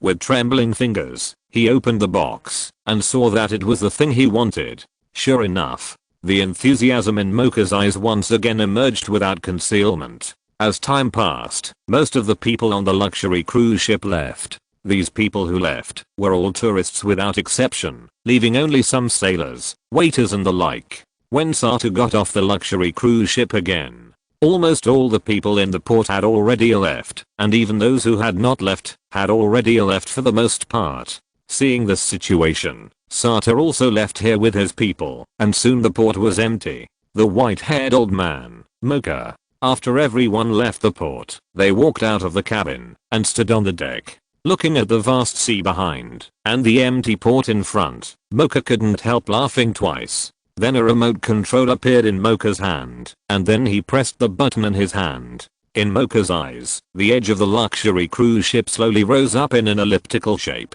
Soon, the rising shores from the edges of the luxury cruise ship came into contact with each other. With the last sound of contact, the entire luxury cruise ship suddenly changed from the previous cruise ship to an elliptical thing, and its volume became much smaller. Then this elliptical thing slowly dived under the sea. For this change of the luxury cruise ship, those who had already left did not know about it. But even if they really knew it, in the eyes of those who left, this was a very normal thing. After all, it was that adult. Soon, the elliptical thing that was transformed from a luxury cruise ship dived into the sea. At this time, the luxury cruise ship seemed to have become a submarine. When all the submarines dived into the sea, the dark space inside the submarine suddenly became transparent. The walls also became transparent. Mocha looked outside through the transparent wall and ignored the fish that were scared away by the sudden dive of the submarine. Instead, he took the controller in his hand and ordered everyone in the submarine, speed up. After Mocha's voice fell, the speed of the entire luxury cruise ship suddenly increased. Mocha didn't care much about the magnificent and beautiful scene that was rapidly receding around him. After all, he had seen a lot. So Mocha turned around and returned to the cabin. I don't know how long it took, maybe a few hours, maybe a few days. The submarine appeared in front of a huge dark cave. It was the dark cave that Nobi Daichi came to before. Because the luxury cruise ship that Mocha was on had become smaller because of turning into a submarine. Therefore, it was easy to enter the cave. But in fact, even if the luxury cruise ship Mocha was on had not shrunk, it would still be easy to enter this dark cave. After all, this cave was really scary. A few seconds later, the submarine Mocha was on arrived at the end of the cave. A wall. When it came to the end of this dark cave, the submarine Mocha was on was shrouded in layers of light. Enter. Mocha had already walked out of the cabin and stood on the A-class, looking at the bright wall that appeared under the light emitted by the submarine. He said to the staff on the ship. Then, the next moment, the submarine passed through this strange wall. End of this chapter. Thank you very much for reaching the end. Don't forget to like. Looking for more exclusive content and immediate access? Subscribe to our Patreon. Remember, every like, subscription, or donation encourages us to continue. Thanks to everyone. See you in the next video.